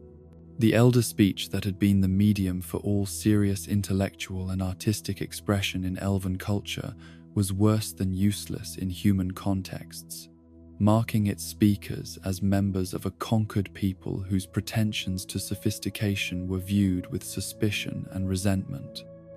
Learning to think and communicate in human terms meant accepting, at least outwardly, human perspectives on history and culture that contradicted everything elves had been taught about the nature of civilization and progress. The most successful integrators were often those who possessed skills or knowledge that humans valued sufficiently to overlook the awkwardness of their origins. Elven understanding of magical theory and practice, while based on principles that differed fundamentally from human approaches to supernatural power, often contained insights that human mages found useful for advancing their own researches. The careful empirical methods that elven scholars had developed over centuries of patient investigation could sometimes produce results that human impatience and aggression had failed to achieve, making elven collaborators valuable enough to justify the social complications their presence might create. The healing arts represented another area where elven knowledge retained value that human practitioners could not easily duplicate or replace. The deep understanding of anatomy and physiology that elven physicians had developed through their careful study of the relationship between mind and body often allowed them to diagnose and treat conditions that baffled human healers whose training was based on cruder theoretical frameworks. More importantly, the elven approach to medicine emphasized gentle intervention and support for natural healing processes rather than the aggressive techniques that characterized human practice, making elven healers particularly valued by patients who had experienced the limitations and side effects of more conventional treatments. Yet, even these successful integrations came at costs that extended far beyond the obvious compromises required to function in an alien cultural environment. The elves who chose this path found themselves gradually losing touch with the traditions and values that had defined their identity. Their daily immersion in human society, making it increasingly difficult to maintain the perspectives and practices that had once given meaning to their existence. The children of these integrated elves faced even greater challenges, growing up in environments where their elven heritage was seen as something to be overcome rather than celebrated, where success required the suppression or abandonment of characteristics that had once been sources of pride and distinction. The emergence of half-elves as a distinct population represented both an opportunity and a tragedy for the surviving members of the elder folk. The children born from unions between elves and humans inherited aspects of both cultures while fully belonging to neither, their mixed heritage making them living symbols of the complex and often painful process of adaptation that characterized the post-war period. Some of these children were genuinely loved by parents who saw their mixed heritage as a bridge between two worlds, but many others were products of relationships characterized more by desperation than affection, their existence serving as constant reminders of the compromises and accommodations that circumstances had forced upon their elven parents. The half-elves who reached adulthood in human-dominated society faced unique challenges that were different from those confronted by either their fully human or fully elven contemporaries. Their elven features marked them as different in ways that could not be hidden or disguised, while their human upbringing often left them ignorant of the cultural traditions that might have provided them with a sense of identity and belonging. Many struggled with feelings of displacement that were even more acute than those experienced by full-blooded elves, their mixed heritage making them perpetual outsiders in both communities without providing them with the compensating advantages that clear membership in either group might have offered. The quarter elves who appeared in the following generation represented an even more complex phenomenon.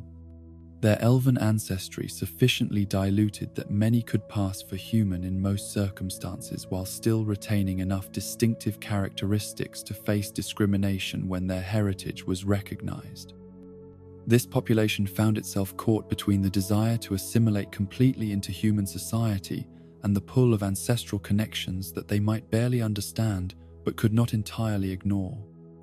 Some chose to embrace their elven heritage despite its social disadvantages, while others attempted to conceal or deny their ancestry in hopes of achieving fuller acceptance in human communities. The discrimination that all people of elven ancestry faced in human society took forms that ranged from subtle social exclusion to overt violence and persecution. The pointed ears that were the most obvious marker of elven heritage became a source of shame for many who possessed them, leading to desperate attempts at concealment through hairstyles and headwear that often drew more attention than they deflected.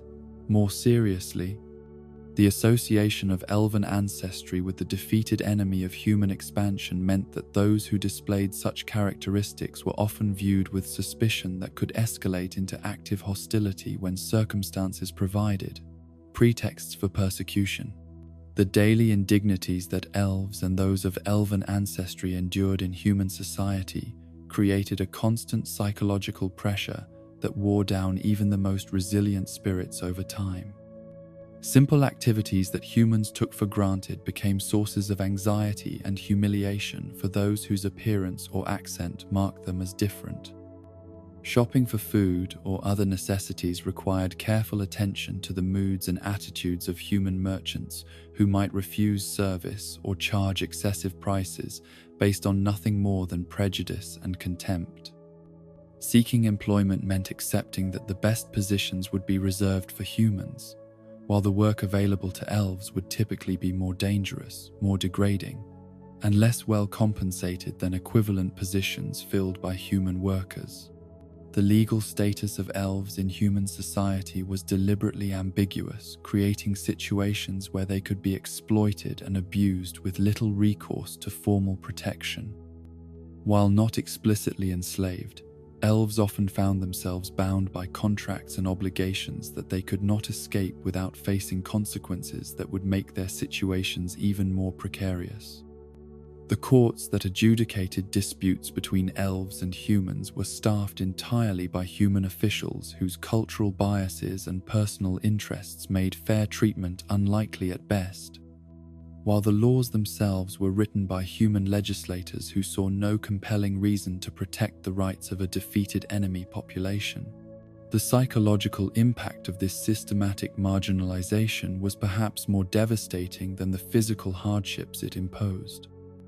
Elves who had grown up believing in the fundamental dignity and worth of all conscious beings found themselves treated as inherently inferior creatures whose suffering was either justified punishment for their people's resistance to human expansion or simply irrelevant to the concerns of their social betters.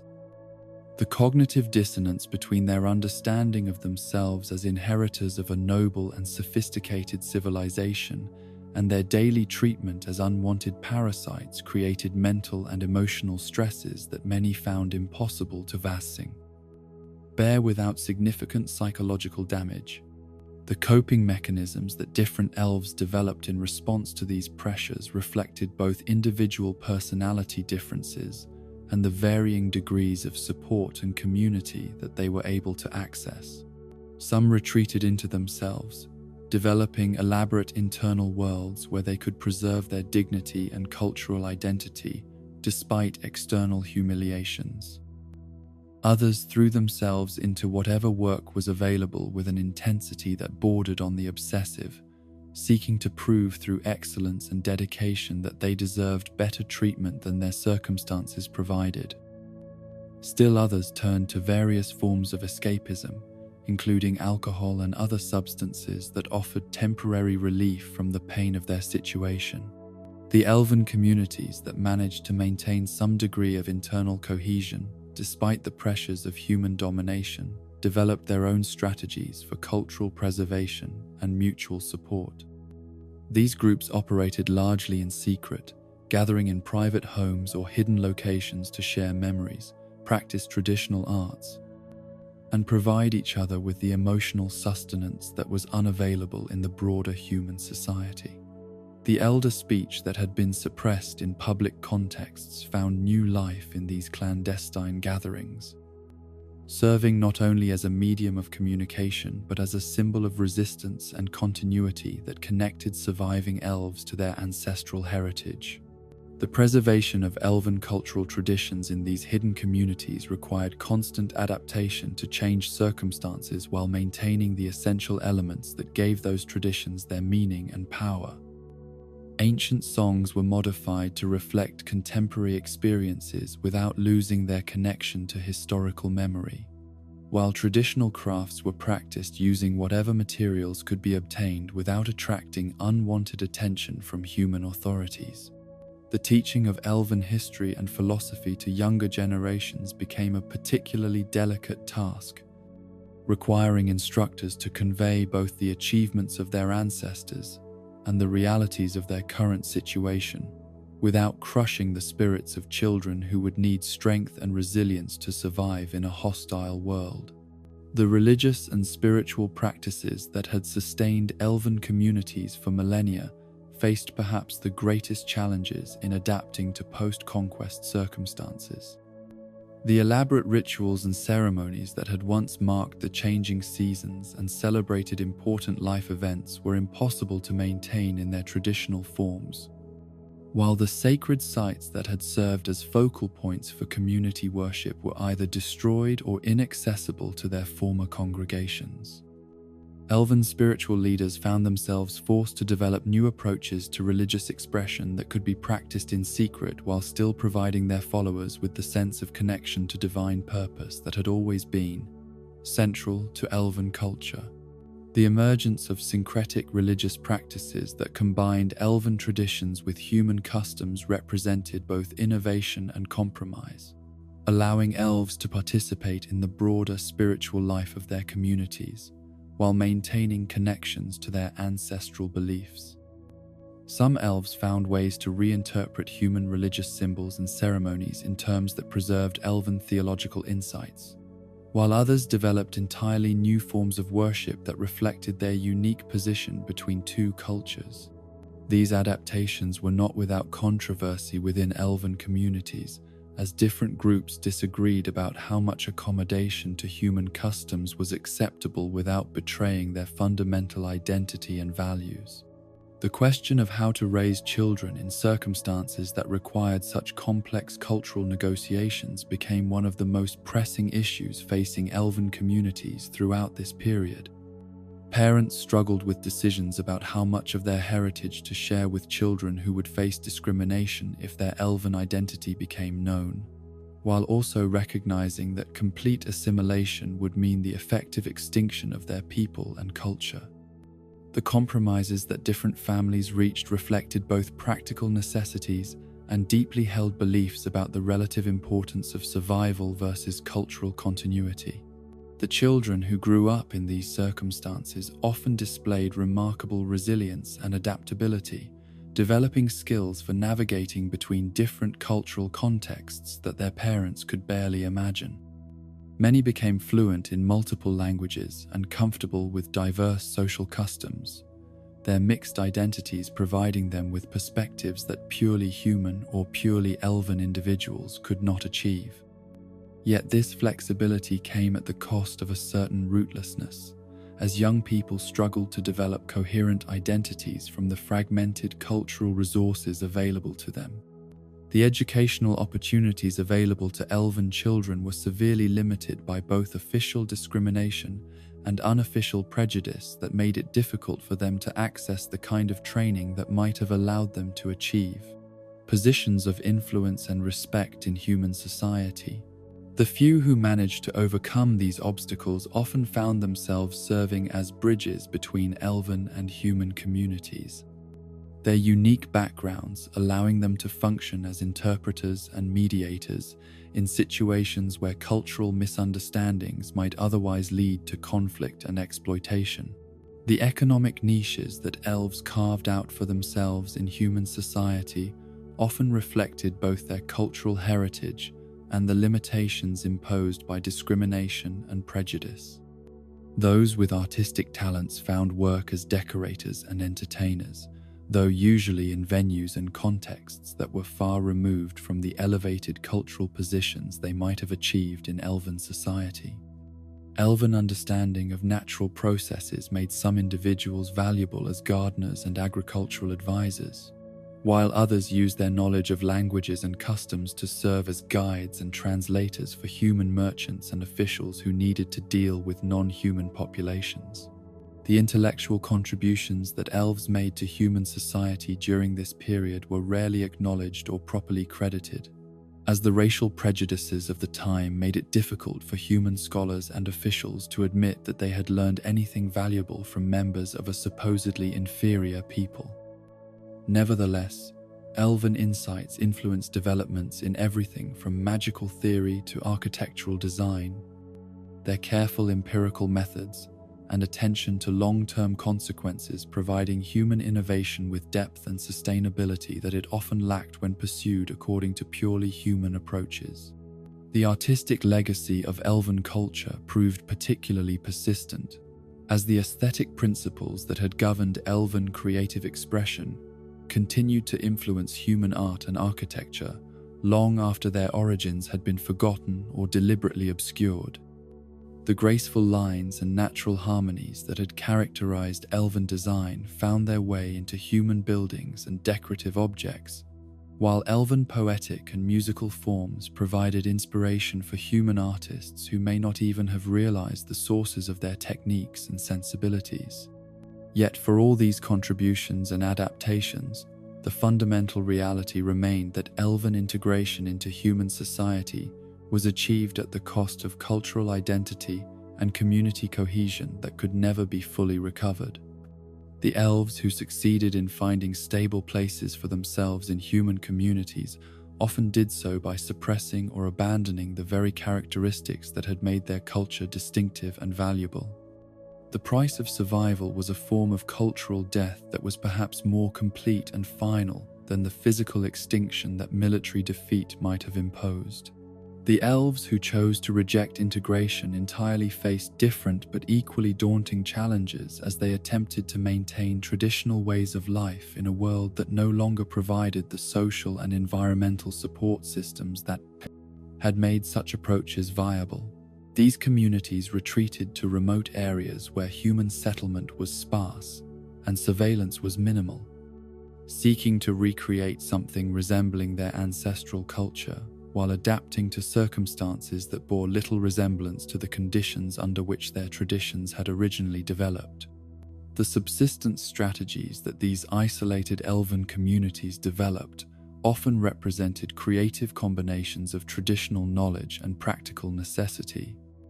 As ancient hunting and gathering techniques were adapted to environments that had been significantly altered by human activity and the ongoing effects of post-conjunction ecological changes.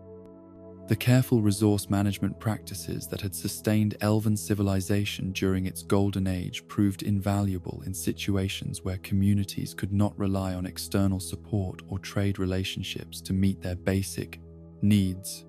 The social structures that emerged in these isolated communities reflected both continuity with traditional Elven values and adaptation to the realities of small group survival in hostile circumstances. Leadership roles that had once been filled through elaborate consensus-building processes became more concentrated and decisive, while the elaborate artistic and intellectual activities that had occupied much of Elven society's energy during peacetime gave way to the practical necessities of ensuring physical survival and cultural continuity under adverse conditions. The isolation that protected these communities from human interference also cut them off from the broader currents of historical change that were reshaping the continent, creating a form of cultural stagnation that contrasted sharply with the dynamic development that had characterized Elven society during its period of expansion and achievement. The conservative tendencies that this isolation encouraged served to preserve traditional knowledge and practices that might otherwise have been lost. But they also prevented the kind of innovation and adaptation that might have allowed Elven culture to evolve in ways that could have ensured its long-term survival and relevance. The relationship between integrated and isolated Elven communities was complex and often strained, as different groups made different judgments about the best strategies for preserving their people and culture under impossible circumstances. Those who had chosen integration sometimes viewed the isolationists as unrealistic romantics whose refusal to accommodate themselves to changed circumstances condemned them to irrelevance and eventual extinction. The isolationists, in turn, often saw the integrationists as traitors who had abandoned their heritage for the sake of temporary comfort and security. Yet, despite these differences in strategy and philosophy, the various Elven communities that survived the post-conquest period shared a common awareness that their people and culture were engaged in a struggle for survival that would determine whether anything recognizable as Elven civilization would persist into future generations. The choices they made, individually and collectively, during these crucial years would shape not only their own fates, but the possibilities available to their descendants who would inherit whatever world their decisions created.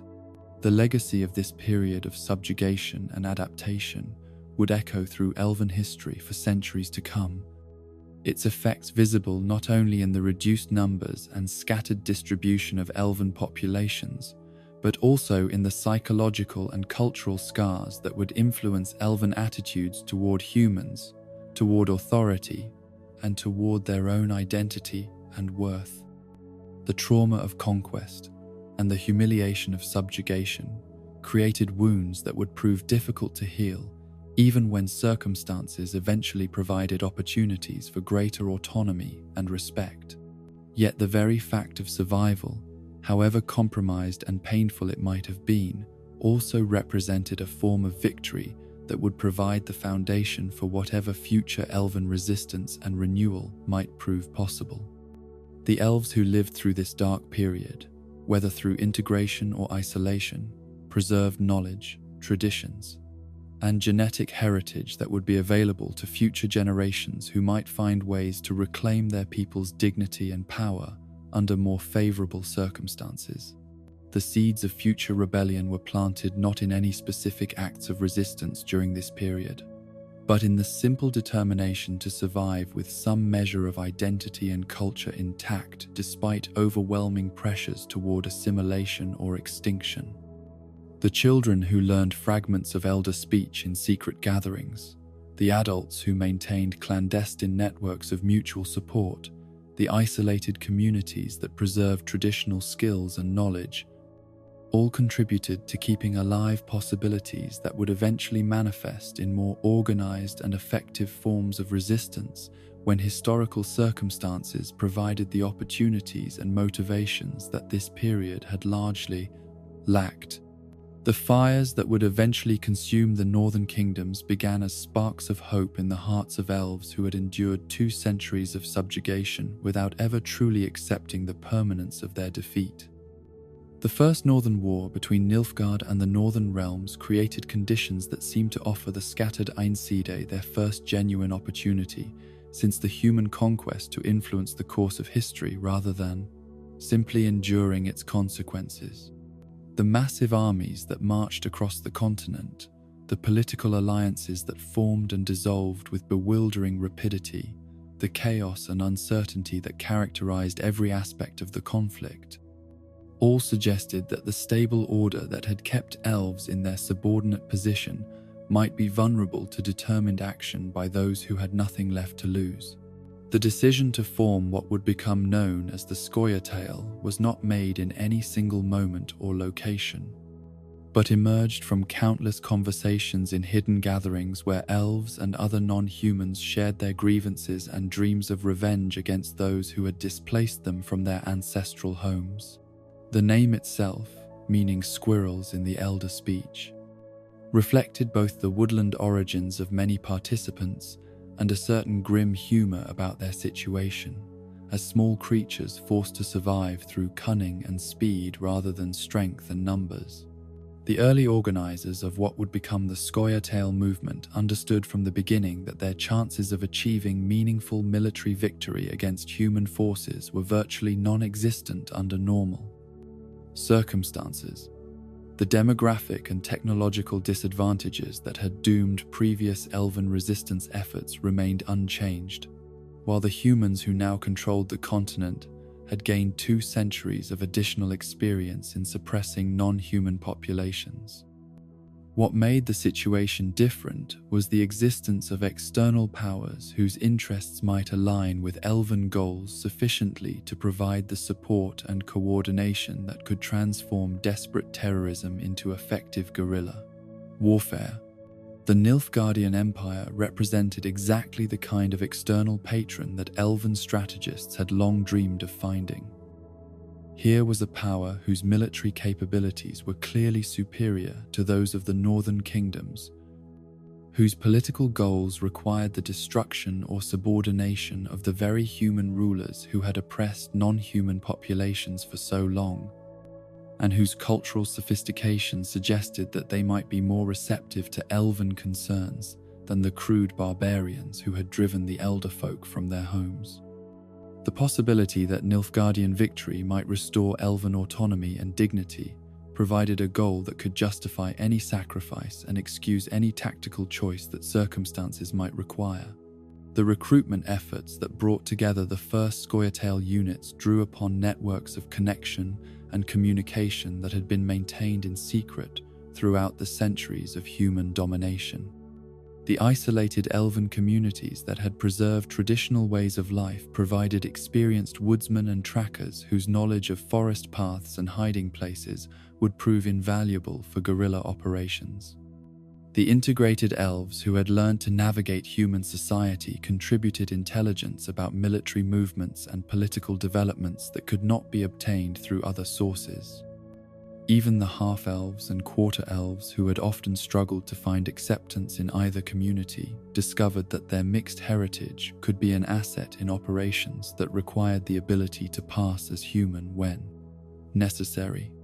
The dwarves who joined the Scoia'tael brought different but equally valuable capabilities to the growing resistance movement.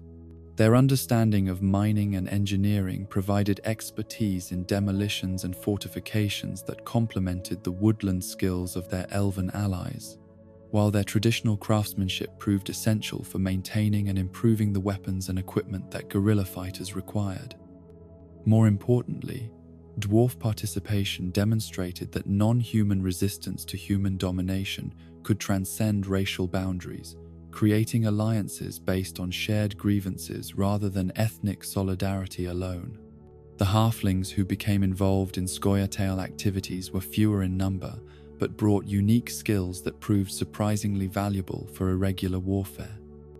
Their unassuming appearance and reputation for harmlessness allowed them to move through human communities without attracting the suspicion that more obviously threatening figures might provoke. While their natural talents for acquiring and organizing supplies made them excellent logistical coordinators for operations that required careful planning and resource management, the military tactics that the Scoia'tael developed reflected both the limitations imposed by their inferior numbers and equipment and the advantages provided by their intimate knowledge of terrain that human forces often found alien and hostile. The ambush techniques that became their signature were refined through countless small-scale actions against merchant caravans and isolated military units, each engagement providing lessons that improved their effectiveness, while also serving the psychological purpose of maintaining morale among fighters who might otherwise have despaired of achieving anything meaningful against such overwhelming opposition. The choice of targets for Scoia'tael operations was governed by both practical and symbolic considerations that reflected the complex motivations driving the resistance movement. Merchant caravans represented the economic foundation of human prosperity in territories that had once been elven, making them both legitimate military targets and symbols of the exploitation that had characterized human rule for centuries. The goods that these caravans carried were often produced using resources extracted from lands that elves still considered their ancestral heritage, while the profits they generated supported the very system of oppression that the Scoia'tael had sworn to overthrow. Military supply convoys provided even more attractive targets, offering the possibility of capturing weapons and equipment that could be used to expand and improve Scoia'tael capabilities, while simultaneously weakening the human forces they were designed to support. The intelligence gathered from captured documents and interrogated prisoners proved almost as valuable as the material gains from successful ambushes, providing information about troop movements and strategic plans that allowed the guerrillas to avoid unfavorable encounters while positioning themselves for more profitable attacks. The psychological impact of Scoia'tael operations extended far beyond their immediate military significance, creating an atmosphere of uncertainty and fear that complicated human efforts to maintain control over territories where non-human populations might provide support and intelligence to guerrilla forces. The knowledge that any journey through forested areas might end in death or capture forced human commanders to divert significant resources from their primary military objectives to provide security for routine logistical operations, while also undermining the confidence and morale of soldiers who had previously considered such duties to be safe and routine. The development of the battle cry that became synonymous with Scoia'tael operations reflected both their ultimate strategic goals and their understanding of the psychological warfare that was as important as physical combat for achieving those goals. The phrase "death to humans" captured the rage and hatred that motivated many participants while also serving notice to their enemies that this was not a conventional political conflict that might be resolved through negotiation and compromise. The promise to drive the humans into the sea invoked historical memories of the original human landing, while also articulating the complete reversal of fortunes that Scoia'tael fighters hoped to achieve. The propaganda value of these slogans was as important as their emotional significance for the fighters who shouted them during combat. Human populations throughout the contested territories were forced to confront the reality that their presence was not accepted as legitimate by significant portions of the non-human populations they governed, while the racial overtones of Scoia'tael rhetoric made it impossible to dismiss their activities as simple banditry or criminal behavior. The explicitly genocidal implications of their stated goals also served to justify the harsh countermeasures that human authorities would inevitably adopt in response to guerrilla activities. The logistics of maintaining Scoia'tael operations in the face of increasingly sophisticated human countermeasures required innovations in organization and supply that drew upon both traditional, non-human knowledge and adaptations to contemporary circumstances. The forest camps that served as bases for guerrilla activities were designed to be quickly abandoned when necessary, while also providing the minimal amenities required to sustain fighters during extended operations away from any permanent settlements. The supply networks that kept these camps equipped with food, weapons, and medical supplies relied heavily on sympathetic non-human populations in human communities who risked their lives to provide support for resistance activities.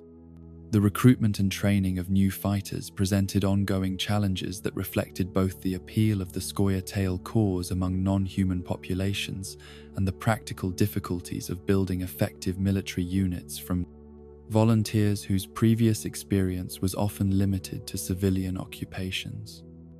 The young elves and dwarves who sought to join the resistance brought enthusiasm and commitment that were essential for sustaining morale during difficult periods, but they also required instruction in weapons handling, tactics, and fieldcraft that veteran fighters could provide only at the cost of reduced operational effectiveness during training periods.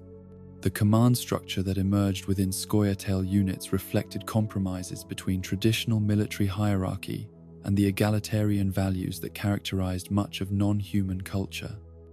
Leadership positions were typically filled by individuals whose combat experience and tactical judgment had been proven in actual operations, rather than through formal rank or political appointment. While major strategic decisions were often made through consultation processes that sought to maintain unit cohesion even when they slowed decision-making and reduced operational security. The weapons and equipment that Scoia'tael fighters used represented whatever could be captured, improvised, or manufactured under the primitive conditions that clandestine operations required. The traditional elven bows that had proved so effective during the original human-elven wars were still preferred when available, but the specialized arrows and maintenance requirements that such weapons demanded often made them impractical for extended guerrilla operations. More commonly, Scoia'tael units armed themselves with weapons taken from human opponents or constructed using whatever materials could be obtained without attracting unwanted attention from authorities. The medical support available to wounded guerrilla fighters was necessarily primitive, relying on traditional healing knowledge that elven and dwarf cultures had preserved, rather than the more advanced techniques that human military units could access through their established supply chains. The herbs and other natural remedies that non-human healers used were often more effective than human alternatives for treating certain types of injuries. But the lack of proper surgical instruments and sterile environments meant that serious wounds were often fatal even when they might have been treatable under better circumstances. The intelligence networks that provided Scoia'tael commanders with information about human military activities drew upon the same underground communication systems that had sustained non-human communities throughout the centuries of human domination. Servants and laborers in human households and military installations often had access to conversations and documents that could provide advance warning of planned operations against guerrilla forces, while merchants and craftsmen whose work required travel between different communities could carry messages and coordinate activities across wide geographical areas without attracting suspicion. The major Scoia'tael offensive that targeted the fort at Cadwen represented both the peak of their military effectiveness and the beginning of their eventual downfall as an independent resistance movement. The intelligence that made this operation possible had been gathered over months of careful observation and infiltration, while the coordination required to bring together fighters from multiple units demonstrated the sophisticated organizational capabilities that the movement had developed despite its clandestine nature. The tactical success of the assault itself proved that Scoia'tael forces could achieve significant military objectives when circumstances were favorable and preparation was adequate. The human casualties inflicted during the Cadwin operation were substantial enough to demonstrate that non-human resistance had evolved beyond mere harassment and sabotage into a genuine military threat that required serious countermeasures from human authorities. The psychological impact of seeing a fortified position overrun by forces that many humans still dismissed as rabble and terrorists forced a re-evaluation of Scoia'tael capabilities that would influence the increasingly harsh policies adopted for dealing with non-human populations throughout the contested territories. Yet the very success of the Cadwin operation also created vulnerabilities that human intelligence services were quick to exploit. The extended planning and coordination required for such a major assault had necessarily involved larger numbers of people and more extensive communications than previous Scoia'tael activities, creating opportunities for infiltration and betrayal that more limited operations had avoided. The celebration and increased confidence that followed the victory also led to reduced security consciousness among some units, making them easier targets for human countermeasures. The ambush at Sherad that followed represented both the tactical culmination of Scoia'tael guerrilla warfare and the strategic trap that would ultimately destroy their effectiveness as an independent military force.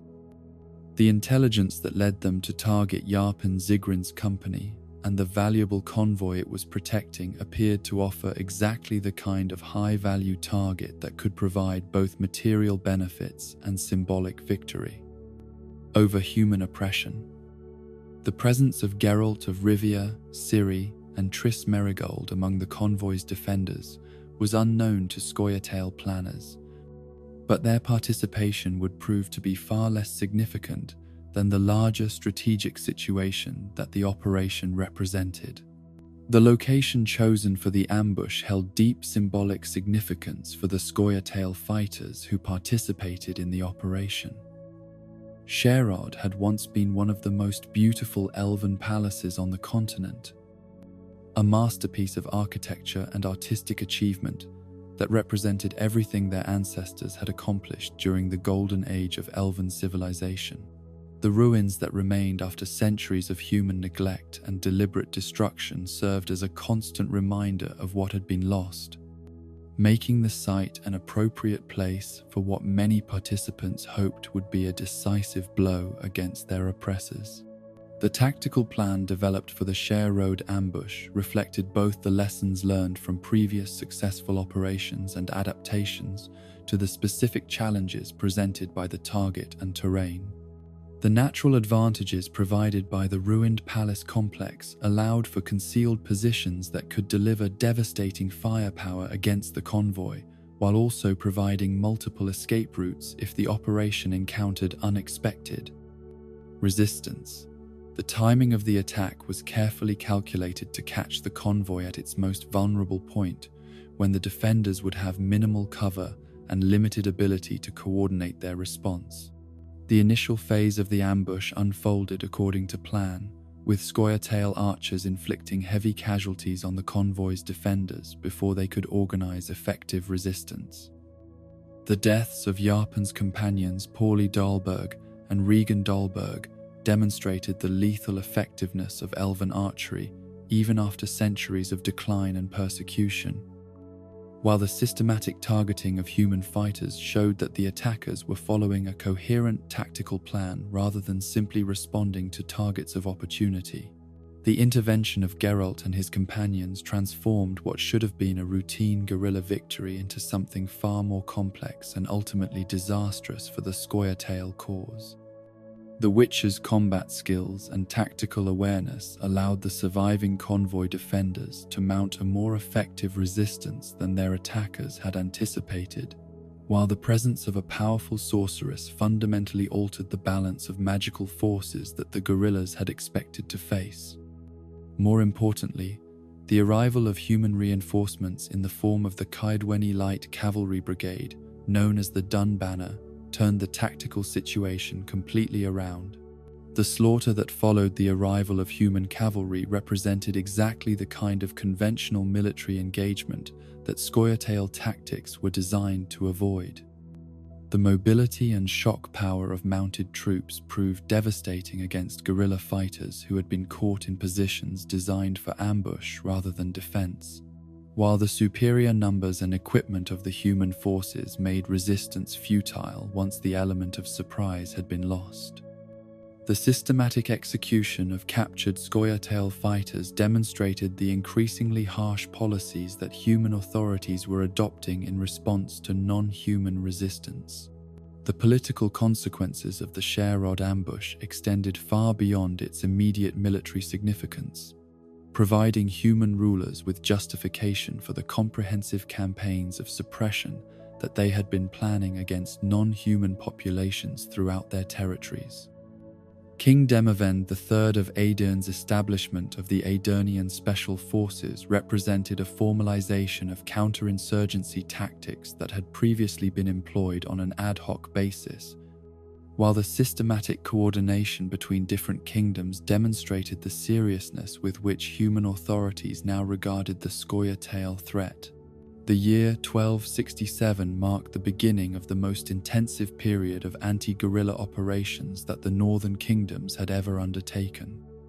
The combined efforts of Temerian, Aedirnian, and Caedweni forces represented a level of military coordination that was unusual even during conventional interstate conflicts, reflecting both the perceived magnitude of the Scoia'tael threat and the determination of human rulers to eliminate non-human resistance once and for all.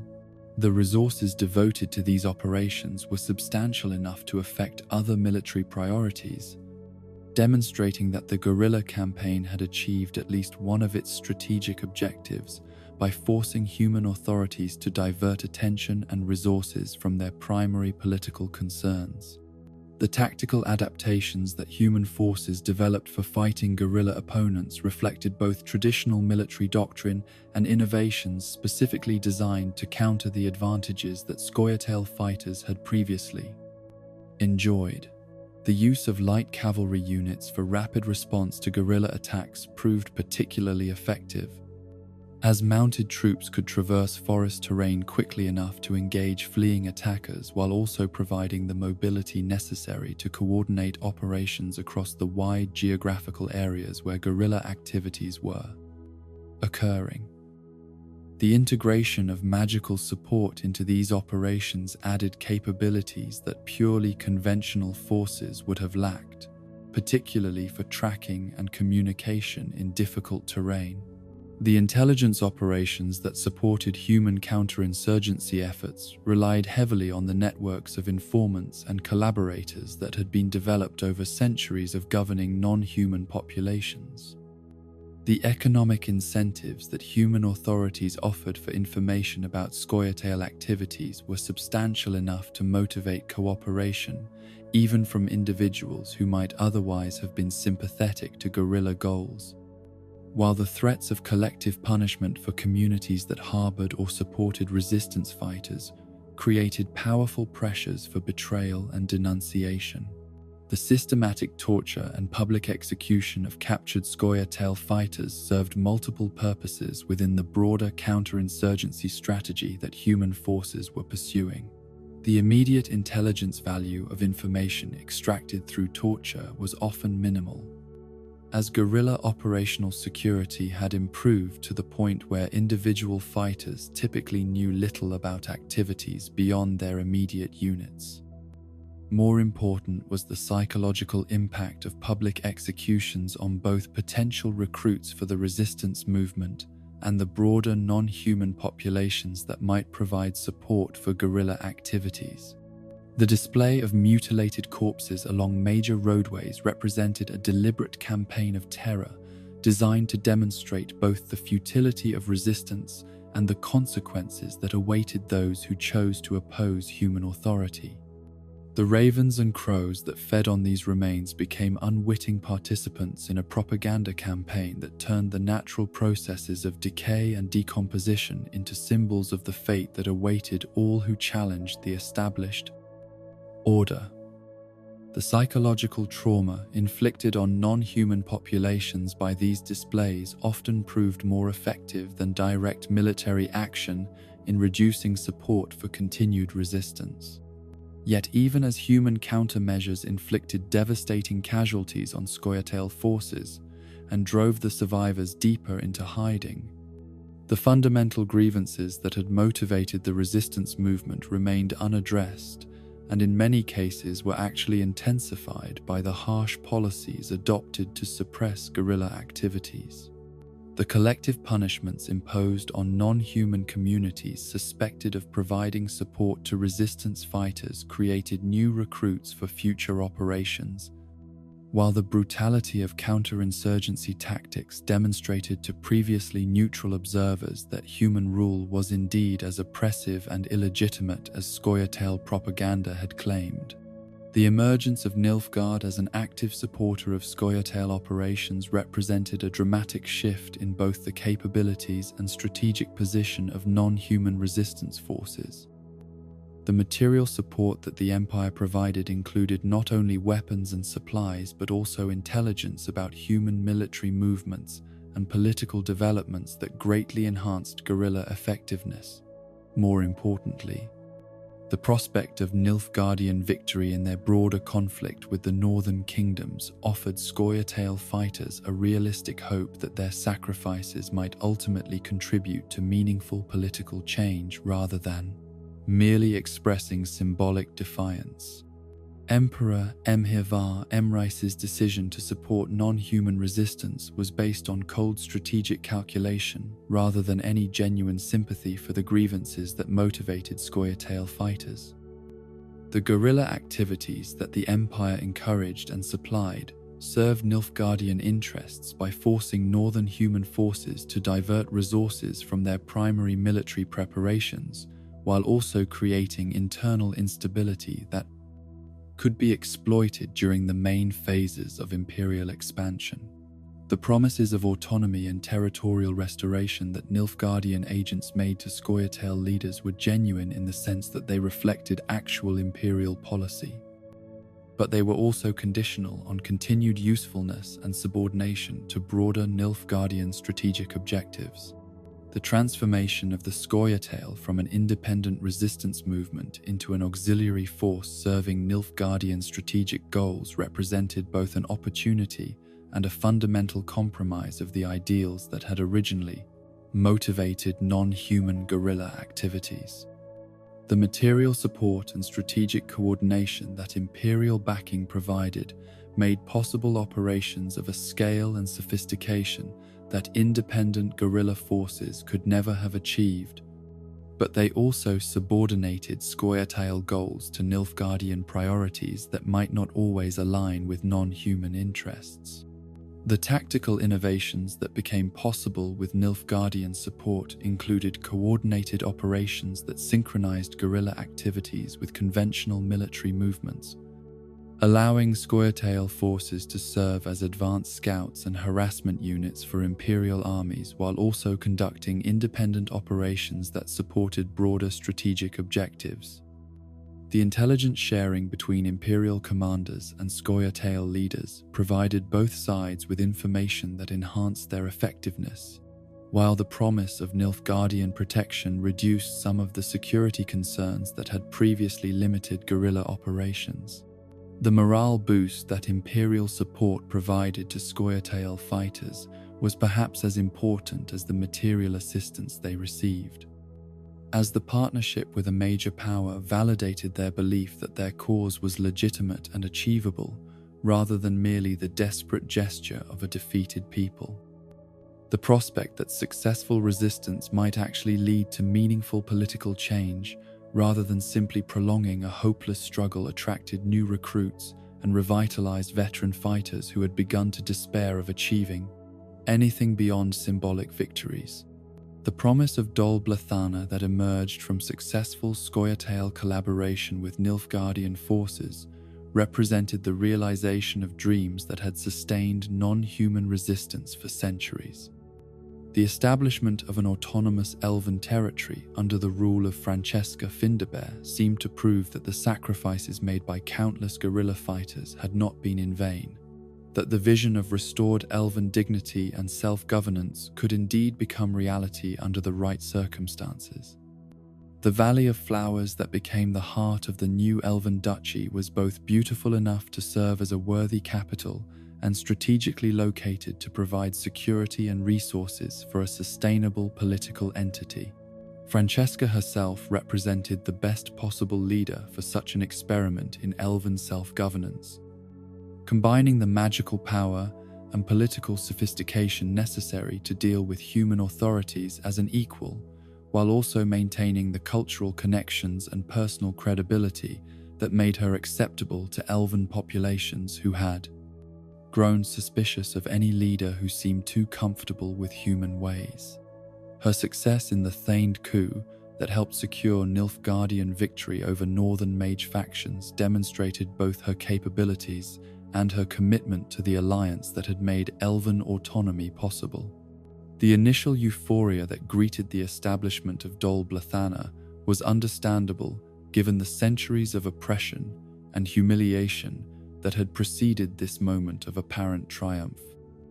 For the first time since the original human conquest, elves could see their own kind governing territory according to their own values and priorities, making decisions based on elven interests rather than human convenience.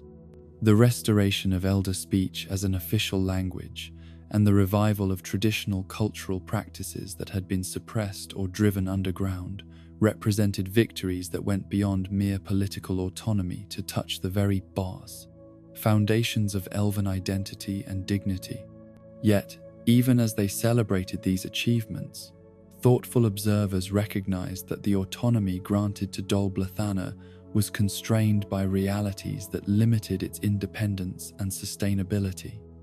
The territory's boundaries were defined by Nilfgaardian strategic needs rather than traditional elven claims or natural geographical features, while its resources were insufficient to support the kind of comprehensive cultural revival that many elves had hoped for. More fundamentally, the duchy's continued existence depended on maintaining the goodwill of imperial authorities who had their own reasons for permitting elven self-governance that might not persist indefinitely. The compromises that the establishment of Dol Blathanna required from its elven inhabitants reflected the complex political realities that any autonomous non-human territory would face in a world still dominated by human power and interests. The need to maintain productive relationships with neighboring human communities required diplomatic and economic policies that sometimes conflicted with traditional elven values. While the security arrangements necessary to protect the duchy from hostile neighbors involved military commitments that consumed resources that might otherwise have been devoted to cultural and social development, the relationship between Dol Blathanna and the remaining Scoia'tael forces operating in other territories became increasingly complex as the duchy's leaders sought to balance their responsibilities to their own citizens with their historical connections to the broader non-human resistance movement. The success of the elven experiment in self-governance created pressures to distance themselves from guerrilla activities that might jeopardize their diplomatic relationships, while also generating expectations among still oppressed non-human populations that successful resistance could lead to similar opportunities for autonomy and dignity. The gradual cooling of Nilfgaardian enthusiasm for supporting continued Scoia'tael operations reflected both the changing strategic situation as the war with the northern kingdoms evolved and the Empire's desire to normalize relationships with territories that had been incorporated into its expanding domain. The guerrilla activities that had once served imperial interests by destabilizing enemy territories became potentially counterproductive once those territories came under Nilfgaardian control and required pacification rather than disruption. The Peace of Sintra that formally ended the Second Northern War created a new political framework that further complicated the position of both Dol Blathanna and the remaining Scoia'tael forces still operating in contested territories. The diplomatic recognition that the treaty provided to the Elven Duchy came with obligations and restrictions that limited its freedom of action, while also providing protection and legitimacy that had previously been unavailable. The acknowledgement of King Demoven's overlordship represented a compromise that preserved Elven autonomy, while also ensuring that human interests would continue to influence Elven policies. The requirement that Francesca publicly condemn and distance herself from ongoing Scoia'tael activities represented perhaps the most painful compromise that the peace settlement required from Elven leadership. The guerrilla fighters who had sacrificed so much to make Elven autonomy possible were now officially disavowed by the very government their efforts had helped to create. Their continued resistance reclassified as banditry and terrorism rather than legitimate political action. The psychological impact of this betrayal on veteran Scoia'tael fighters was devastating, undermining the morale and unity that had sustained the resistance movement through its darkest periods.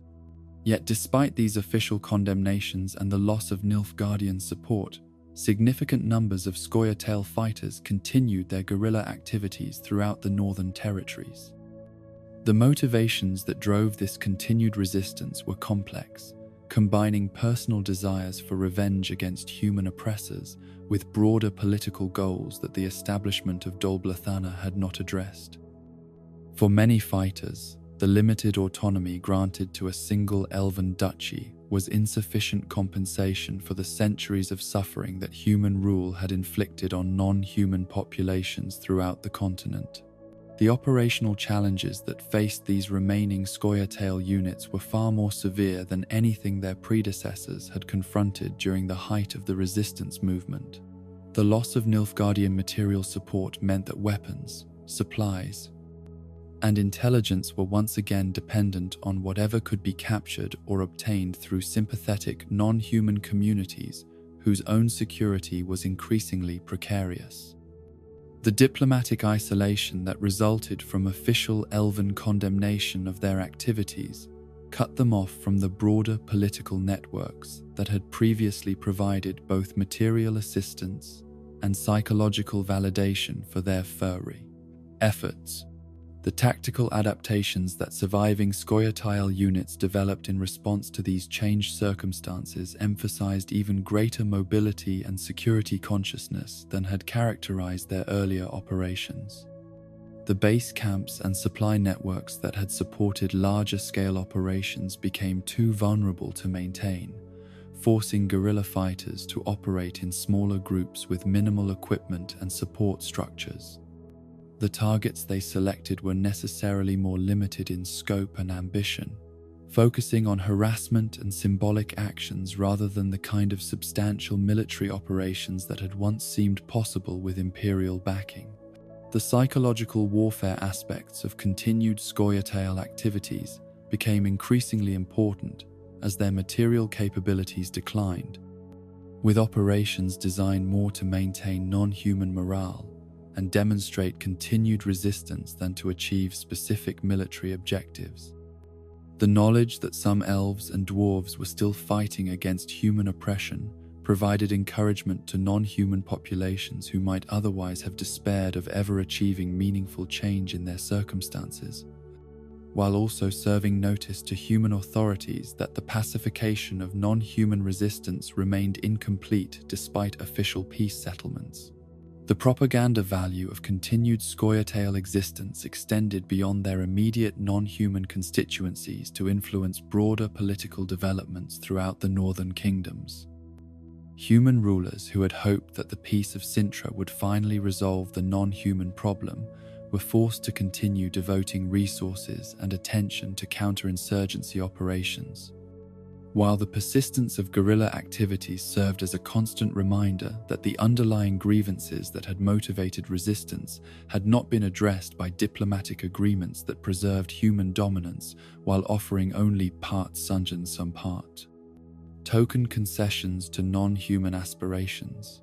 The legacy of the Scoia'tael movement would prove more enduring than its immediate military achievements, as the example it provided of organized non-human resistance would inspire future generations who face similar challenges and opportunities. The tactical innovations developed during the guerrilla campaigns would influence military thinking throughout the continent, while the political consciousness that the movement fostered among non-human populations would persist even when active resistance was impossible or impractical. The cultural impact of Scoia'tael activities on elven and dwarf communities was particularly significant, as participation in armed resistance provided many non-humans with their first experience of acting as agents of their own destiny rather than passive victims of circumstances beyond their control.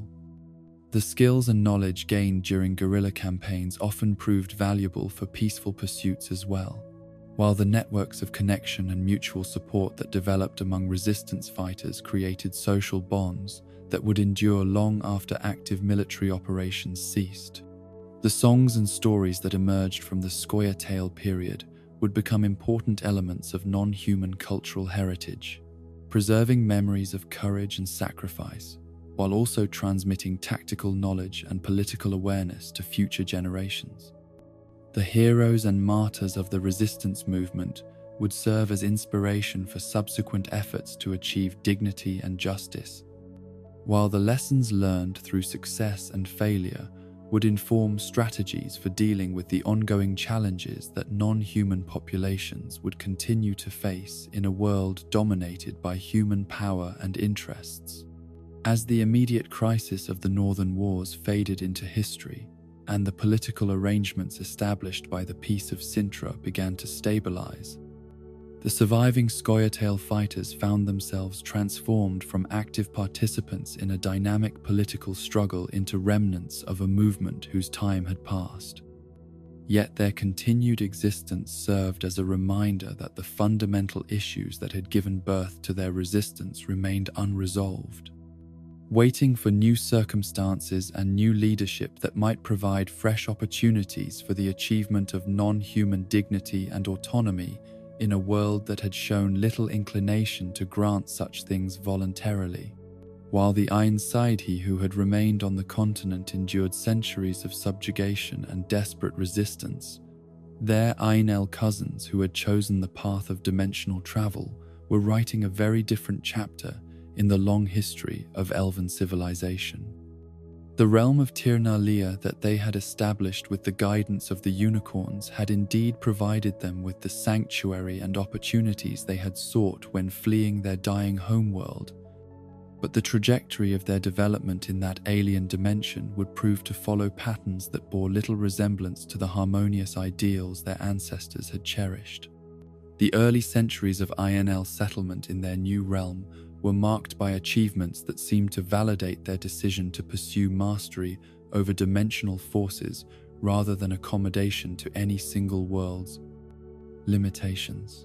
The city of Tir na Lia itself grew into something that surpassed even the greatest accomplishments of their lost civilization, its spires reaching into skies that sparkled with energies from multiple dimensions, while its foundations drew power from sources that existed outside the normal flow of space and time. The architecture that emerged from this period reflected not just aesthetic preferences, but the successful integration of consciousness and cosmos that had always been the ultimate goal of elven philosophy. The magical capabilities that the Ain-El developed during their early years in Tir na Lia were unlike anything that any other elven population had ever achieved. Their understanding of dimensional mechanics allowed them to perceive and manipulate aspects of reality that remained hidden from beings confined to single spheres of existence, while their partnership with the unicorns provided them with insights into the fundamental forces that connected all possible worlds. The combination of elven intelligence and unicorn wisdom created possibilities for advancement that seemed to offer unlimited potential for growth and achievement. Yet even as they celebrated these remarkable accomplishments, subtle changes were occurring within Ain-El society that would eventually transform their entire approach to existence and their relationships with other forms of life. The power that flowed so freely in their new realm was intoxicating in ways that their ancestors could never have anticipated, creating opportunities for individual achievement and dominance that gradually began to overshadow the cooperative principles that had once defined elven culture. The very success of their adaptation to dimensional travel created new forms of ambition and competition that were alien to traditional elven values. The relationship with the unicorns that had made their initial success possible began to deteriorate as Ain-El attitudes toward other forms of life evolved in directions that their original benefactors found increasingly disturbing. The unicorns had agreed to assist the fleeing elves because they recognized them as kindred spirits who shared their commitment to harmony and balance between different forms of consciousness. The gradual emergence of supremacist attitudes within Ain-El society represented a fundamental betrayal of the principles that had justified unicorn support for their settlement in Tir Nalia. The philosophical transformation that characterized this period of Ain-El history reflected both the opportunities and temptations that their new circumstances presented. The ability to travel between dimensions and observe the development of different forms of life across multiple realities had provided them with a cosmic perspective that was both enlightening and corrupting. On one hand, they gained insights into the underlying patterns that governed all existence, achieving a level of understanding that their ancestors could barely have imagined. On the other hand, this knowledge fostered a sense of superiority that gradually eroded their capacity for empathy and cooperation with beings they came to regard as fundamentally inferior. The humans who existed in various forms throughout the multiverse became particular objects of Ain-El contempt as their dimensional surveys revealed the destructive and chaotic patterns that seemed to characterize human civilization. Wherever it developed, the wars, environmental destruction, and cultural barbarism that the Ain-El observed in human societies across multiple realities reinforced their growing conviction that consciousness had evolved along hierarchical lines that placed their own people at the apex of cosmic tens. Development. The contrast between elven achievements in harmony and beauty and human tendencies toward conflict and destruction seemed to provide objective validation for beliefs about racial superiority that were becoming central to Ain-El identity. The scientific and magical research that emerged from these observations focused increasingly on understanding and exploiting the differences between various forms of consciousness rather than seeking common ground and mutual bias. Understanding. Ain-El scholars developed detailed classifications of different species and subspecies based on their perceived levels of intelligence, moral development, and aesthetic capability, creating theoretical frameworks that justified treating less advanced beings as resources to be managed rather than partners to be respected. These academic exercises provided intellectual legitimacy for attitudes and policies that would have horrified their ancestors, but seemed reasonable and necessary to minds that had been shaped by centuries of unchallenged superiority. The technological innovations that resulted from this research included methods for controlling and manipulating other forms of consciousness that represented applications of knowledge that the unicorns had shared for very different coding purposes. The techniques that had originally been developed for communication and cooperation between different species were gradually refined into tools for domination and exploitation that turned the gift of dimensional awareness into instruments of oppression. The irony of using unicorn wisdom to justify and facilitate the abuse of other conscious beings was lost on Ain-El researchers who had convinced themselves that their actions served higher purposes that transcended conventional moral considerations.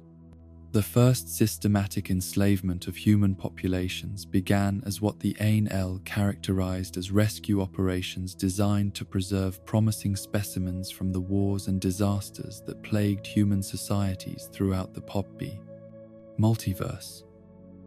The initial captives were taken from situations where death seemed inevitable, allowing their captors to rationalize their actions as humanitarian interventions that provided opportunities for advancement that would never have been available in their original circumstances. The careful selection criteria that governed these early abductions focused on individuals whose physical and mental characteristics suggested potential for useful service, while also ensuring genetic diversity that would support sustainable breeding programs. The facilities that were constructed to house these human captives represented marvels of engineering and magical innovation that provided living conditions far superior to anything the prisoners had known in their original societies. The ANL took pride in their humane treatment of their slaves, providing adequate nutrition, medical care, and educational opportunities that demonstrated their enlightened approach to species management.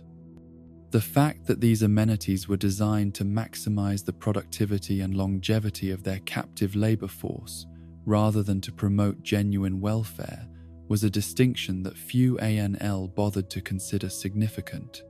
The breeding programs that were implemented to maintain and improve the slave population reflected centuries of careful research into human genetics and psychology that allowed for the systematic enhancement of desired characteristics while eliminating traits that were considered problematic or undesirable. The offspring of these controlled unions were raised from birth in conditions that prepared them for specific roles within ANL society. Their education and training designed to maximize their usefulness while minimizing the possibility of rebellion or resistance. The most successful specimens were rewarded with privileges and responsibilities that created hierarchies within the slave population that reduced solidarity and made collective action more difficult to organize. The cultural justifications that the ANL developed for these practices drew upon philosophical traditions that emphasized the responsibilities of superior beings toward their inferior counterparts. The enslavement of humans was presented not as exploitation but as enlightened stewardship that provided guidance and structure for beings who lacked the intelligence and moral development necessary for true self-governance. The educational and cultural opportunities that were provided to the most promising slaves were cited as evidence that ANL policies served the best interests of all parties involved, elevating human specimens beyond anything they could have achieved independently, while also providing valuable services to their more advanced masters. The integration of slave labor into ANL economic and social systems was accomplished with the same attention to efficiency and elegance that characterized all aspects of their civilization. The humans who served in various capacities throughout Tir Nalia were trained to perform their duties with skill and discretion that made their presence barely noticeable to most ANL citizens, who gradually came to regard them as natural features of their environment rather than conscious beings with their own interests and aspirations. The psychological conditioning that achieved this level of compliance was sophisticated enough to preserve useful initiative and creativity while eliminating any desire for independence or resistance. The magical research that utilized human subjects provided insights into consciousness and dimensional mechanics that would have been impossible to obtain through other means. The experiments that were conducted on volunteer subjects explored the limits of human adaptability to different dimensional environments, while also testing various enhancement techniques that might increase their utility for specific purposes. The knowledge gained through these studies contributed to advances in ANL magical capabilities that further increased their power and sophistication, creating positive feedback loops that reinforced their conviction that such research served important scientific purposes. The relationship with the unicorns that had been deteriorating gradually throughout this period finally reached a breaking point when the full extent of ANL practices became apparent to their former benefactors. The unicorns who had assisted the original refugees had done so based on their understanding that the ANL shared their commitment to harmony and respect for all forms of conscious life. The revelation that their protégés had become slaveholders and exploiters of the very beings they were meant to protect, represented a betrayal so fundamental that continued cooperation became impossible. The withdrawal of Unicorn support had immediate practical consequences that forced the Ain-El to develop alternative methods for the dimensional travel that had become central to their way of life. The navigational assistance and magical guidance that the Unicorns had provided could not be easily replaced, requiring innovations in magical theory and practice that pushed Ain-El capabilities in entirely new directions. The necessity of achieving independence from Unicorn cooperation became a driving force for technological and magical developments that would eventually exceed anything their former allies had been able to provide. The creation of the Navigator class represented the most significant magical innovation to emerge from this period of forced self-reliance. These specialized practitioners developed techniques for perceiving and manipulating dimensional boundaries that allowed for travel between worlds without requiring external assistance or guidance. The training required to achieve navigator status was extraordinarily demanding, requiring individuals to fundamentally alter their consciousness in ways that provided access to cosmic perspectives while also maintaining enough stability to function effectively in normal social contexts. The first successful navigators were regarded as heroes within Ain-El society, their achievements representing both practical solutions to immediate problems and symbolic validation of their people's superiority over all other forms of life. The techniques they developed were jealously guarded secrets that were passed down through carefully selected lineages, creating elite families whose hereditary knowledge provided them with special status and influence within the complex hierarchies that characterized Ain-El civilization. The expansion of slave raiding operations that became possible with independent navigation capabilities transformed what had been a limited program of selective acquisition into a systematic industry that spanned multiple dimensions and targeted numerous species across a wide range of realities. The Red Riders who conducted these operations represented the finest military traditions of Ain-El culture, adapted to the specific requirements of interdimensional warfare. Their training and equipment optimized for the rapid acquisition of high-quality specimens rather than conventional territorial conquest. Eredin's emergence as the leader of these operations reflected both his exceptional abilities as a warrior and navigator and his complete embrace of the supremacist philosophy that had come to dominate Ain-El thinking. His tactical innovations in slave raiding techniques increased both the efficiency and scope of acquisition operations while also developing methods for evaluating and processing captured specimens that maximized their potential value for various purposes. The systematic approach he brought to what had previously been somewhat haphazard activities transformed interdimensional slave raiding into a sophisticated enterprise that provided Ain-El civilization with the human resources needed to support their increasingly ambitious projects. The psychological profiles that were developed to guide target selection reflected detailed understanding of human motivation and behavior that allowed raiders to identify individuals whose capabilities and temperament made them particularly suitable for specific roles within Ain-El society. The warriors and leaders who were selected for their physical prowess and aggressive instincts were trained for roles that channeled their natural tendencies in directions that served Ain-El interests, while scholars and artisans were chosen for their intellectual capabilities and creative potential. The most prized captives were those who displayed magical abilities or bloodline characteristics that might prove useful for genetic improvement programs. The raids themselves were conducted with military precision that reflected centuries of experience in dimensional warfare combined with detailed intelligence about target societies and their vulnerabilities. The Ain-El forces that appeared without warning in human settlements were equipped with weapons and tactics that were designed to minimize damage to valuable specimens while neutralizing any resistance that might threaten the success of .com. Their operations. The psychological impact of these attacks on human communities was carefully calculated to create maximum terror and confusion, while also discouraging organized resistance to future raids. The portal technology that made these operations possible represented magical innovations that surpassed anything that had been achieved by previous generations of dimensional travelers. The ability to open stable gateways between specific locations across multiple realities allowed for precisely targeted operations that could be completed before local authorities had time to mount effective responses. The energy requirements for maintaining these portals were enormous, but the resources extracted from successful raids more than justified the expenditure required to make them possible. The processing facilities that received captured humans were designed to efficiently evaluate, classify, and prepare specimens for their eventual roles within Ain-El society. The medical examinations that all captives underwent were comprehensive enough to detect any physical or mental characteristics that might affect their suitability for specific purposes, while psychological evaluations identified personality traits that could be enhanced or suppressed through appropriate conditioning techniques.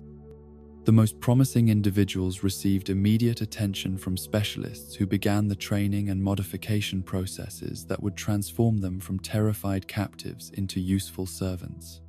The cultural indoctrination programs that were implemented during this processing phase were designed to break down existing loyalties and beliefs while replacing them with attitudes and values that supported their new roles within Ain-El society. The techniques employed were sophisticated enough to preserve useful skills and knowledge, while eliminating any desire for independence or resistance that might interfere with their effectiveness as servants. The success of these programs was measured by the degree to which former humans came to identify with Ain-El interests and values, rather than maintaining any connection to their original identities or communities.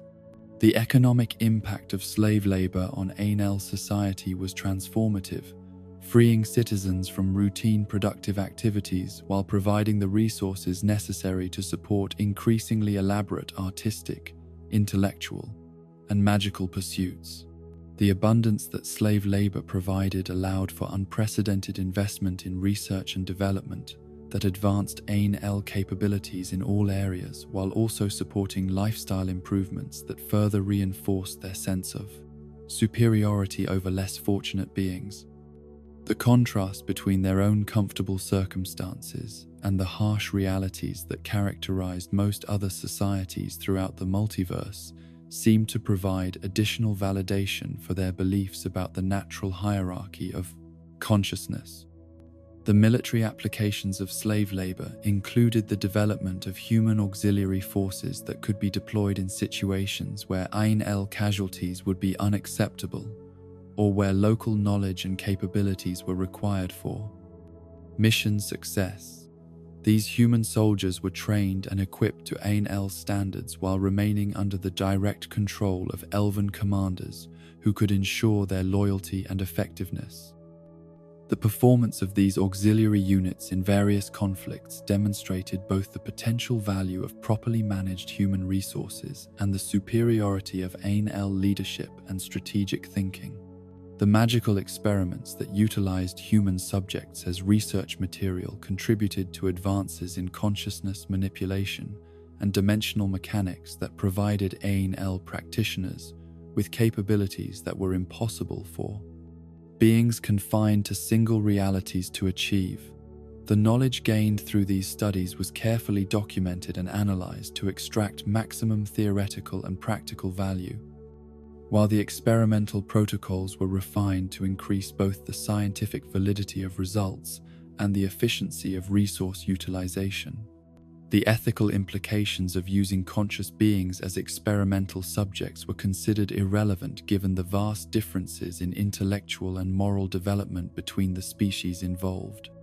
The environmental crisis that would eventually drive the Ain-El to even more desperate measures began as subtle changes in their home dimension that initially seemed like minor inconveniences rather than existential threats. The white frost that gradually spread across their reality was a phenomenon that defied their understanding of dimensional mechanics and natural processes, its advance seemingly immune to any magical or technological interventions they could devise. The slow but inexorable cooling of their world created pressures for evacuation and resettlement that would test all of their accumulated knowledge and capabilities. The research efforts that were devoted to understanding and countering the white frost represented the largest scientific undertaking in Ain-El history, involving navigators, dimensional theorists, and magical practitioners from across their civilization in collaborative efforts that pushed the boundaries of their knowledge into entirely unexplored territories. The resources devoted to these studies were enormous, requiring the redirection of personnel and materials from other projects while also demanding innovations in research methods and theoretical frameworks that challenged many fundamental assumptions about the nature of reality. The failure of these research efforts to produce effective solutions to the white frost crisis created pressures for increasingly desperate measures that would drive the Ain-El toward actions that even their corrupted moral framework might have considered excessive under less threatening circumstances. The gradual recognition that their current home dimension was doomed forced them to contemplate relocation efforts that would require resources and capabilities beyond anything they had previously attempted to organize. The prospect of losing everything they had built over centuries of effort was unacceptable to minds that had grown accustomed to viewing themselves as the natural masters of the multiverse. The discovery of the Elder Blood and its potential applications provided what seemed to be the solution to their crisis, while also opening possibilities for expansion and dominance that exceeded their most ambitious previous dreams. The genetic heritage that certain human lineages carried within their blood offered capabilities for dimensional travel and manipulation that surpassed even the most advanced navigator techniques, while also providing the potential for enhancement and improvement that could elevate the Ain-El to levels of power that would make them truly masters of all realities. The individual who carried this precious heritage in its purest form was a young woman whose location and circumstances made her acquisition a complex undertaking that would require all of their accumulated expertise in interdimensional operations. Ciri's existence represented both unprecedented opportunity and extraordinary challenge, as her abilities were still developing and her protection was provided by individuals whose own capabilities made direct confrontation inadvisable. The careful planning and patient preparation that would be required to secure her cooperation or compliance represented the ultimate test of Ain-El's strategic and tactical thinking. The transformation of the Red Riders into the Wild Hunt that would pursue this ultimate prize reflected both the magnitude of the opportunity that Ciri represented and the desperation that the White Frost crisis had created within Ain-El society. Eredin's assumption of leadership over this final enterprise demonstrated his recognition that success would require innovations in both tactics and strategy that went beyond anything he had previously attempted. The forces that he assembled for this critical mission represented the finest warriors and most skilled practitioners that Ain-El civilization could provide, their training and equipment optimized for the specific challenges that acquiring the Elder Blood would present. The mythology that grew up around the Wild Hunt in the various dimensions where their activities were observed reflected both the terror that their appearance inspired and the fundamental inability of less advanced civilizations to understand the true nature of what they were witnessing.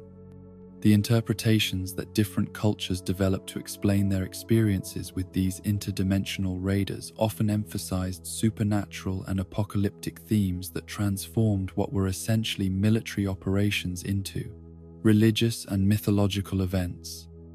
The persistence of these legends across multiple realities demonstrated both the psychological impact of Wild Hunt activities and the common patterns that characterize less developed forms of consciousness when confronted with phenomena beyond their comprehension. The relationship between the Wild Hunt and the various human populations they encountered during their search for Ciri was characterized by the same combination of contempt and utility that had defined Ain-El attitudes toward inferior species throughout their development. The deaths and abductions that resulted from their operations were viewed as unfortunate but necessary consequences of pursuing goals that transcended the interests of individual specimens, while the terror and disruption they caused were considered irrelevant compared to the cosmic significance of their mission. The magical and technological capabilities that the Wild Hunt brought to bear in their pursuit of the Elder Blood represented the culmination of centuries of development in dimensional warfare and consciousness manipulation. The ships that carried them between realities were marvels of engineering that combined Ain-El aesthetic sensibilities with practical requirements for interdimensional travel, while their weapons and equipment were optimized for dealing with whatever resistance they might encounter in their various destinations. The coordination and tactical sophistication they displayed in their operations demonstrated both their individual excellence as warriors and the superiority of the strategic thinking that guided their efforts. The ultimate goal that drove all Wild Hunt activities was not merely the acquisition of Ciri as an individual, but the establishment of breeding programs that would propagate the Elder Blood throughout Ain-El bloodlines, while also creating the next generation of dimensional travelers who would carry their civilization to new heights of power and clot achievement. The genetic heritage that Ciri represented was viewed as the key to transcending the limitations that had confined them to single dimensions, providing access to capabilities that would make them truly masters of the multiverse in ways that their ancestors could never have imagined.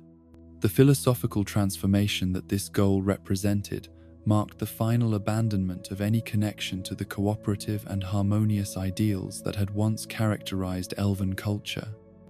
The Ain-El, who pursued the Elder Blood, were no longer recognizable as descendants of the refugees who had fled their dying homeworld with unicorn assistance.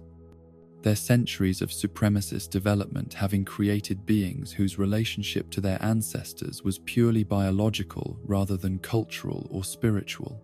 The corruption that power and superiority had worked within their consciousness was complete, turning what had once been among the most enlightened beings in existence into something that was arguably more destructive and dangerous than any force the multiverse had ever produced. The irony of their situation was lost on minds that had convinced themselves that their goals justified any means necessary to achieve them. The Ain-El, who had once embodied the highest possibilities for consciousness and cosmic harmony, had become the very thing that their original philosophy had sought to prevent. Their pursuit of power and dominance making them enemies of the principles that had once defined the best aspects of their civilization. The Wild Hunt that rode between worlds in search of the Elder Blood was the final expression of possibilities that had been corrupted beyond recognition. Their magnificent capabilities serving purposes that would have horrified the ancestors whose achievements had made such capabilities possible. Yet, even in their corruption, they remained formidable opponents whose resources and abilities made them genuine threats to anyone who stood between them and their goals. The combination of advanced technology, sophisticated magic, and ruthless determination that characterized the Wild Hunt made them perhaps the most dangerous force operating anywhere in the multiverse. Their single-minded pursuit of the Elder Blood driving them toward confrontations that would test the limits of their own capabilities while also determining the fate of everyone whose lives became entangled with their quest. The legacy of choices made during their early development in Tirnalia had created momentum that carried them inexorably toward this final enterprise. Their accumulated knowledge and power serving goals that represented the complete antithesis of everything their civilization had once claimed to value. The Wild Hunt was both the pinnacle of Ain-El achievement and the ultimate expression of their moral failure, a demonstration that even the most advanced consciousness could be corrupted when power was pursued without wisdom and superiority was valued above compassion. The year 1272 found the scattered remnants of the Iron Satyr facing challenges that would have seemed unimaginable to their ancestors who had once ruled the continent with wisdom and grace. Nearly 5 centuries had passed since the human conquest had shattered their civilization and driven them from the lands they had cultivated with such care. Yet the fundamental problems of survival and cultural preservation remained as pressing as ever.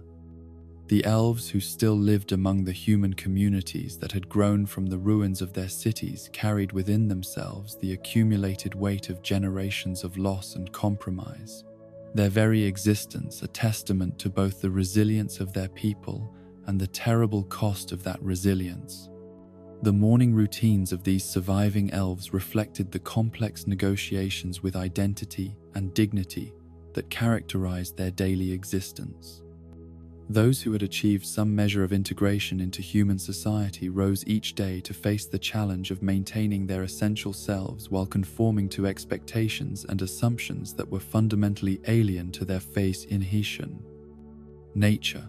The masks they wore were not merely social conveniences but necessary survival strategies. Their carefully cultivated personas designed to deflect suspicion and hostility, while preserving whatever space remained for authentic self-expression. In the great human cities that had been built upon the foundations of elven achievements, scattered individuals whose pointed ears and elongated lifespans marked them as remnants of a conquered people pursued careers and relationships that would have been unthinkable during the golden age of their civilization. Elven scholars worked in the libraries of human universities, their superior knowledge of ancient texts and magical theory making them valuable, despite the prejudices they faced from colleagues and students who viewed them as living relics of a discredited past. Their contributions to human learning were significant, but rarely acknowledged, their insights dismissed or appropriated by human academics who could not admit that anything worthwhile might come from members of a supposedly inferior race. The elven artisans who worked in human workshops and studios faced different but equally complex challenges in maintaining their cultural identity while producing work that met the aesthetic expectations of their human patrons. The techniques and sensibilities they had inherited from their ancestors were too sophisticated for most human tastes, requiring constant adaptation and simplification to create objects that would sell in markets dominated by consumers whose understanding of beauty was limited by their crude cultural development.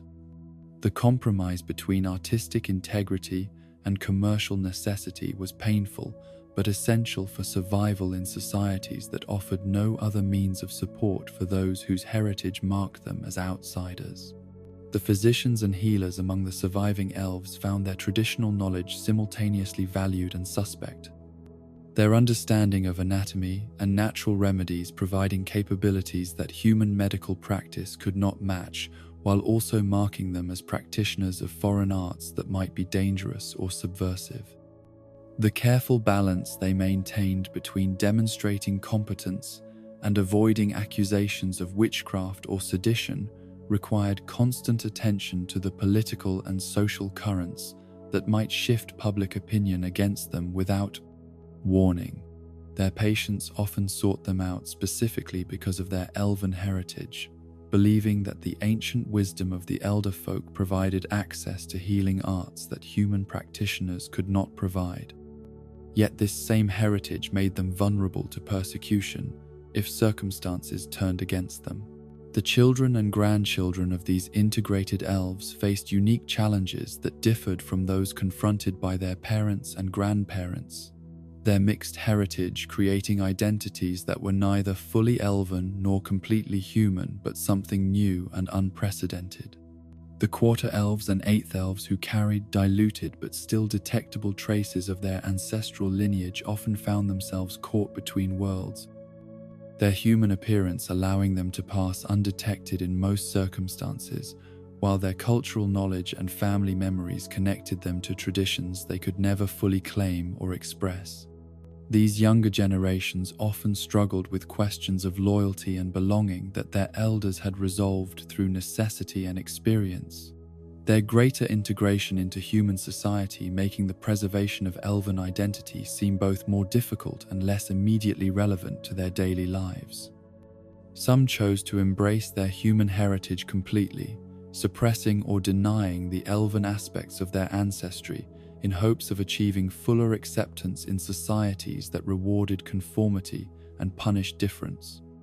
Others maintained connection to their elven roots through secret practices and clandestine gatherings that provided psychological sustenance, while also creating risks that could expose them to discrimination or persecution.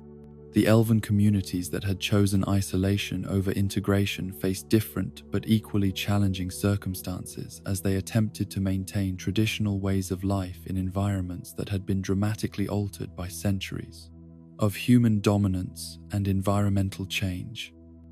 The remote forests and mountain valleys where these groups had established their refuges were no longer the pristine wilderness areas they had been during the golden age of elven civilization. Their ecosystems disrupted by human industrial activity and the ongoing effects of post-conjunction magical contamination. The hunting and gathering techniques that had sustained elven communities for millennia required constant adaptation to changing conditions that made traditional resources scarce or unreliable. The game animals that their ancestors had harvested following careful protocols designed to maintain ecological balance were now reduced in numbers and altered in behavior by human hunting pressure and habitat destruction. The medicinal plants and food sources that had been cultivated through generations of careful stewardship were often contaminated by magical runoff from human industrial activities or displaced by invasive species that had been introduced through trade and travel. The social structures that governed these isolated communities reflected both continuity with ancient traditions and pragmatic adaptations to the realities of small group survival under adverse conditions.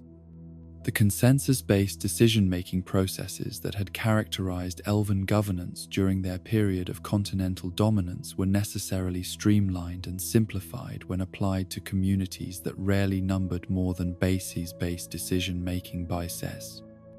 A few dozen individuals and faced immediate survival challenges that required quick responses rather than elaborate consultation procedures. The preservation of cultural knowledge within these isolated groups had become a constant struggle against the erosion that resulted from limited numbers and restricted opportunities for formal education and artistic expression. The elder speech that had once been the medium for sophisticated literature and philosophical discourse was gradually simplified and reduced as younger generations learned only the vocabulary and concepts that were immediately relevant to their survival needs. The elaborate ceremonies and festivals that had once marked the changing seasons and celebrated important life events were compressed and abbreviated when communities lacked the population and resources necessary to maintain their full, traditional forms. The children who grew up in these isolated elven communities faced particular challenges in developing coherent identities when their entire experience of the world was limited to the narrow confines of their hidden refuges and the stories their elders told about a glorious past that seemed increasingly remote and irrelevant to their immediate circumstances. The knowledge they gained about human civilization came primarily through warnings and prohibitions rather than direct experience, creating worldviews that were both unrealistic and potentially dangerous if circumstances ever forced them to interact directly with human society. Yet despite these limitations and challenges, the isolated elven communities served essential functions in preserving aspects of their culture that would have been completely lost through the assimilationist pressures that characterized integration into human society. The traditional crafts and skills that they maintained provided living connections to ancestral achievements that existed nowhere else, while the stories and songs they preserved carried forward cultural memories that had been suppressed or forgotten in other contexts. The relationship between integrated and isolated elven populations was complex and often strained, reflecting fundamental disagreements about survival strategies and cultural priorities that had developed over centuries of separate evolution under different pressures. Those who had chosen integration often viewed the isolationists as impractical idealists, whose refusal to adapt to changing circumstances condemned them to gradual extinction through poverty and irrelevance. The isolated communities, in turn, saw the integrated elves as traitors who had abandoned their heritage for temporary comfort and acceptance, their compromise with human society representing a form of cultural suicide that was more complete and final than physical destruction would have been. The communication between these different elven communities was necessarily limited and secretive, conducted through networks of individuals who could travel between human society and isolated refuges without attracting unwanted attention from authorities who might view such contacts as evidence of seditious activity or resistance. Organization. The messages and goods that passed through these networks provided both practical assistance and psychological support that helped maintain connections between scattered populations, while also creating vulnerabilities that could be exploited by human intelligence services or hostile individuals seeking to expose elven activities for personal gain. The religious and spiritual practices that survived within both integrated and isolated elven communities represented creative adaptations of ancient traditions to circumstances that bore little resemblance to the conditions under which those traditions had originally developed.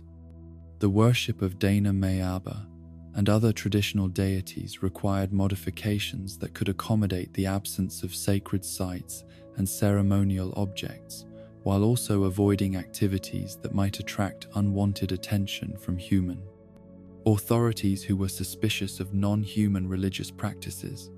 Some elven communities developed syncretic approaches that incorporated elements of human religious traditions while maintaining the essential spiritual insights that had characterized their ancestral beliefs, creating forms of worship that could be practiced openly without revealing their true nature to observers who lacked the cultural knowledge necessary to understand their deeper significance. Others retreated into increasingly private and esoteric practices that preserved traditional forms at the cost of accessibility to younger generations who might not have the educational background necessary to understand their meaning and importance. The magical traditions that had once been central to elven culture faced particular challenges in adapting to circumstances where their practice was both legally restricted and practically dangerous. The chaos magic that dominated human magical theory and practice was fundamentally incompatible with elven approaches to supernatural forces, making it difficult for elven practitioners to find instruction or resources that were compatible with their traditional methods. The few who maintained competence in traditional elven magic did so through clandestine study and experimentation that carried significant risks of exposure and persecution. The younger generations of elves who showed magical potential often found themselves caught between incompatible traditions and expectations, their human education providing them with techniques and theories that conflicted with the fragmentary knowledge they might receive from elven relatives or community elders. The choices they made about which magical traditions to pursue often determined not only their supernatural capabilities, but also their cultural identities and social relationships, as full participation in human magical communities typically required the abandonment of elven approaches and perspectives. The economic circumstances of elven communities throughout the northern kingdoms reflected both their marginalized status within human society and their adaptive strategies for survival under conditions that provided few opportunities for don terms for hubbub, legitimate advancement or prosperity.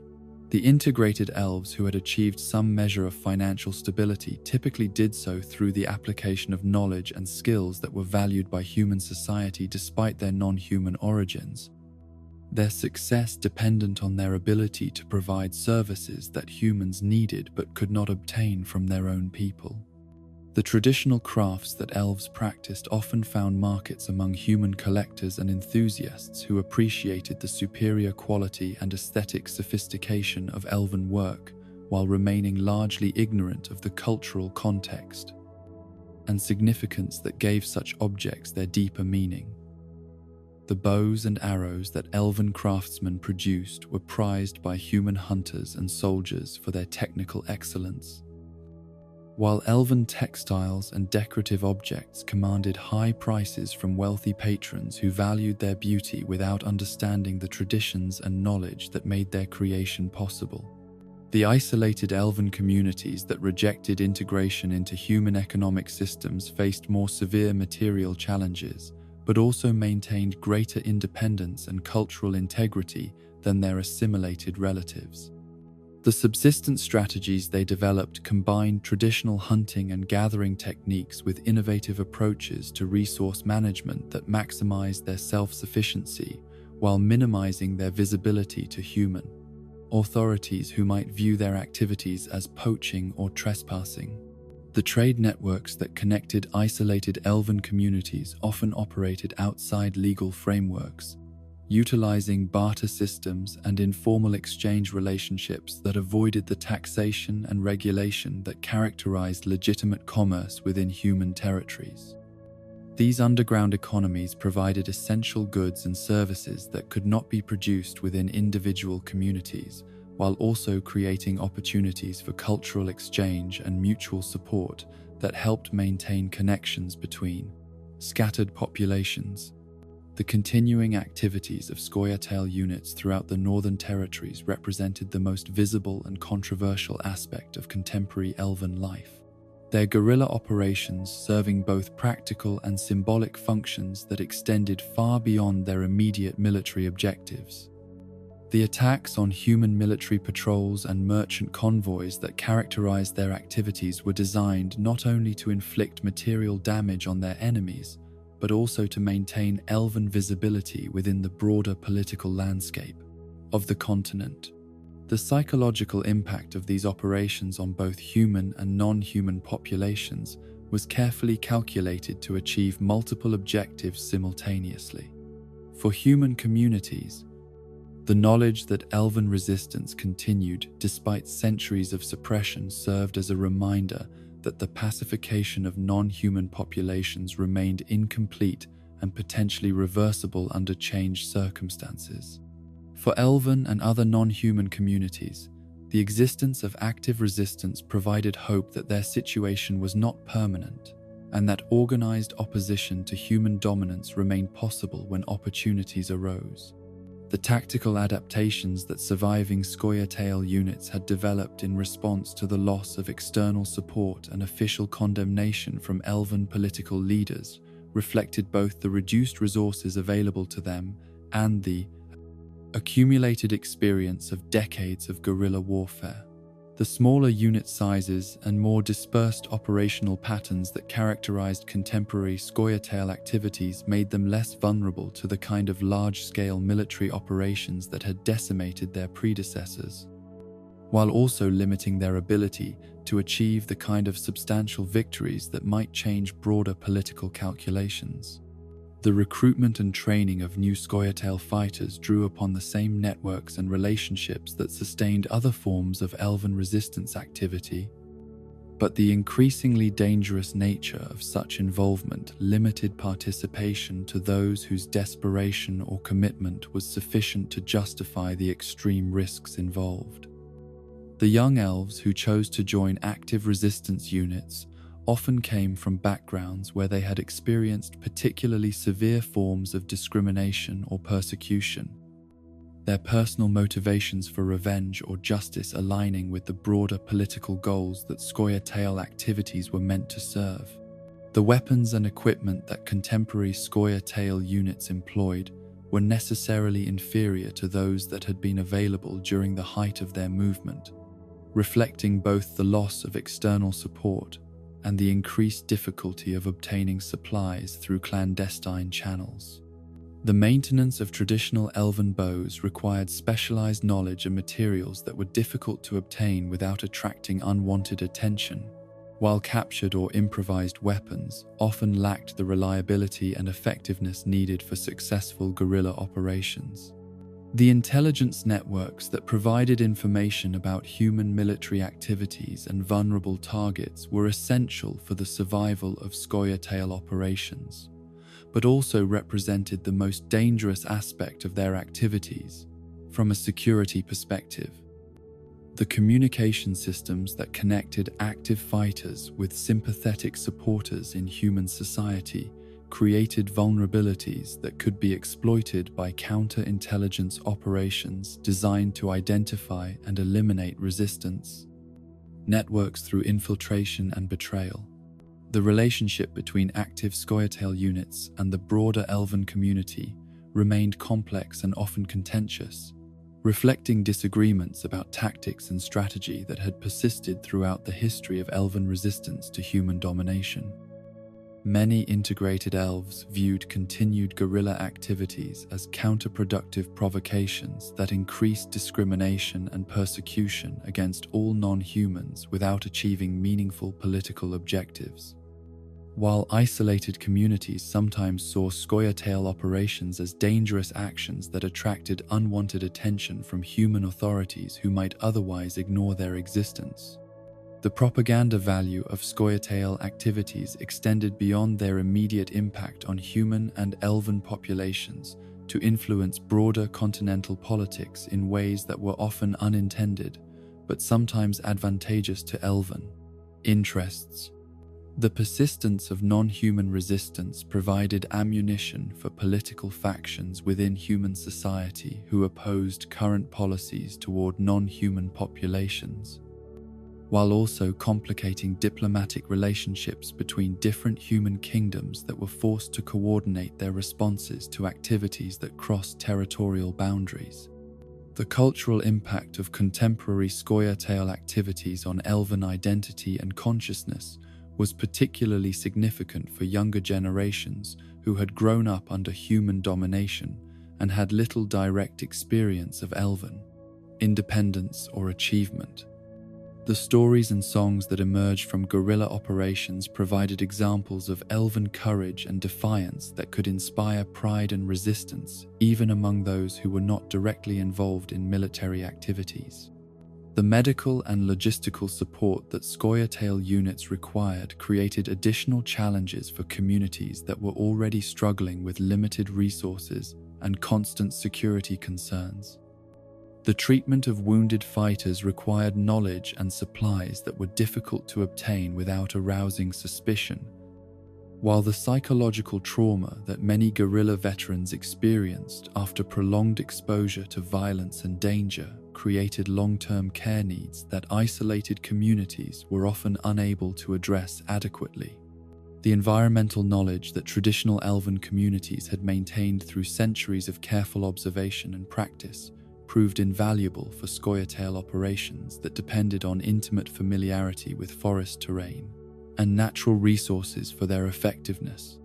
The tracking and concealment skills that had been developed for hunting and gathering could be adapted to military purposes with modifications that reflected the different requirements of human combat, while the understanding of seasonal patterns and animal behavior provided advantages that human forces often lacked. The archaeological remnants of ancient Elven civilization that still existed throughout human territories served as both inspiration and instruction for contemporary Elven populations seeking to maintain connections with their cultural Elven bases. Heritage. The ruins of cities and temples that had once been centers of learning and artistic achievement provided tangible evidence of Elven capabilities and accomplishments that countered human propaganda about the inherent inferiority of base, non-human races. The artifacts and artworks that could be recovered from these sites often contained information and techniques that had been lost from contemporary Elven knowledge, their study providing opportunities for cultural reconstruction that could enhance both practical capabilities and psychological morale. The risks involved in accessing sites that were typically located within human-controlled territories made such archaeological activities dangerous, but also intensified their significance for communities that were desperately seeking ways to recover and preserve their heritage. The scholarly research that some elven intellectuals conducted into their own history and culture represented attempts to reconstruct comprehensive understanding of their civilization's development and achievements from the Tainsville. Fragmentary evidence that remained after centuries of destruction and neglect.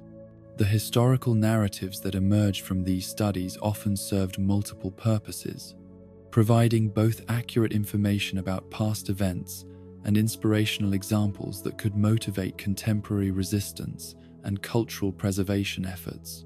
The interaction between elves and other non-human populations throughout the Northern Territories created opportunities for mutual support and cooperation that could enhance the survival prospects of all marginalized communities. The dwarves, halflings, and other minority populations that shared similar experiences of discrimination and displacement often found common ground with elven communities, despite historical differences and cultural barriers that had previously prevented close cooperation. The alliance networks that developed between different non-human communities were necessarily informal and secretive, their coordination limited by security concerns and geographical separation that made regular communication difficult and dangerous. The mutual aid that these relationships provided included everything from sharing intelligence about human military activities to coordinating economic activities that could benefit all participants while minimizing individual risks. The cultural exchanges that occurred between different non-human communities enriched all participants while also creating new forms of identity and expression that transcended traditional racial and ethnic boundaries. The music and art that emerged from these interactions often combined elements from multiple traditions in ways that created something genuinely new, while still honoring the sources from which it drew inspiration. The future prospects for elven survival and cultural continuity remained uncertain as the 13th century drew to a close, their fate dependent on factors that were largely beyond their direct control. The political stability of human kingdoms that might either increase persecution or provide opportunities for improved treatment, the economic developments that could create new niches for elven participation in continental society, and the magical and environmental changes that continued to reshape the post-conjunction world all represented variables that could dramatically alter the circumstances under which elven communities operated. The demographic challenges that faced all elven populations represented perhaps the most serious threat to their long-term survival, as their naturally low birth rates and long lifespans created population dynamics that made recovery from losses extremely difficult. The intermarriage with humans that had produced mixed heritage populations might provide genetic continuity, but at the cost of cultural identity, while the isolation that preserved traditional ways of life also limited reproductive opportunities in ways that could lead to gradual extinction through genetic bottlenecks and social stagnation. The younger generations of elves who would inherit whatever future their people managed to create faced choices and challenges that were qualitatively different from those that had confronted their ancestors. Their options shaped by historical forces and current circumstances that provided both unprecedented opportunities and novel threats. Their decisions about cultural preservation versus adaptation, resistance versus accommodation, and integration versus isolation would determine not only their own fates but also whether anything recognizable as elven civilization would persist into future centuries. The wild hunt that had terrorized human settlements throughout the multiverse for generations finally met its end through the combined efforts of Geralt, Yennefer, and Ciri, their defeat representing both a tactical victory for the forces of resistance and a symbolic triumph over the kind of supremacist ideology that had corrupted the Ain El beyond recognition.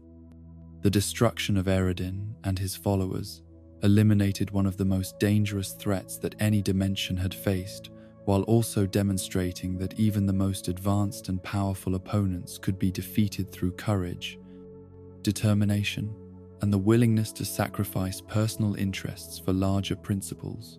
The implications of the Wild Hunt's defeat extended far beyond its immediate military significance to influence the psychological and political calculations of all surviving elven populations. The knowledge that their distant cousins who had achieved such power and sophistication had ultimately been brought down by their own corruption and aggressive ambitions provided both warning and hope to elves who were struggling with their own choices about identity, survival, and moral compromise. The end of the Wild Hunt also eliminated one of the most visible symbols of elven capability and achievement that existed anywhere in the known universe. Their destruction removing both a source of pride and a target of fear that had influenced how other races viewed the potential and dangers associated with elven civilization. The complex legacy they left behind would continue to influence perceptions and policies toward elven populations long after their individual threat had been eliminated. The continent that had once been shaped by elven wisdom and artistry continued to bear the marks of their influence, even as their political power and cultural dominance had long since passed into history. The languages that humans spoke contained words and concepts borrowed from elder speech, while their architectural styles and artistic traditions showed influences that could be traced back to elven innovations and achievements. The magical theories and practices that human practitioners employed often incorporated insights and techniques that had originally been developed by elven scholars whose contributions were rarely acknowledged or understood. The natural environments that elves had once managed with such care still showed signs of their stewardship in the form of forests and waterways, whose health and biodiversity reflected centuries of careful attention to ecological balance and sustainability. The contrast between these preserved areas and the degraded landscapes that characterized purely human-managed territories provided continuing evidence of the superiority of elven approaches to environmental management.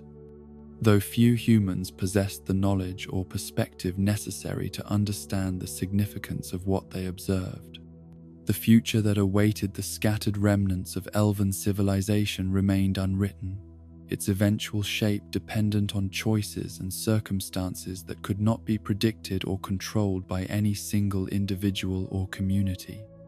The seeds of both renewal and extinction existed within contemporary elven populations, their ultimate fate determined by their ability to adapt and survive, while maintaining whatever essential elements of their identity and culture they deemed most worth preserving.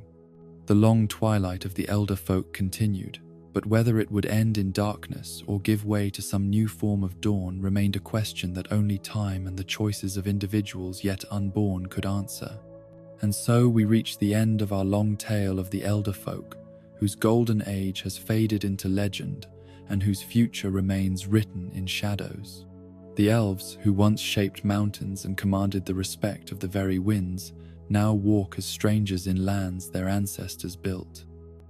Yet in their exile and suffering, they have maintained something that conquest could not destroy: their essential nobility, their connection to the deeper truths of existence, their refusal to surrender entirely to despair. Perhaps there is wisdom in their story for us all, that civilizations rise and fall like seasons, that the mighty can become the displaced, and yet something endures beyond the simple facts of victory and defeat. In every ancient ruin, in every half-remembered song, in every moment when humans pause to wonder at the beauty of the natural world, the elves remain. Sleep now, and dream not of endings, but of the eternal, of the part of every story that transcends its conclusion. For though the age of elves may have passed, their song continues in the wind through the trees, in the light on still waters, in the space between heartbeats where all things are possible. Rest well, knowing that some beauty is too deep to destroy, some truths too ancient to forget.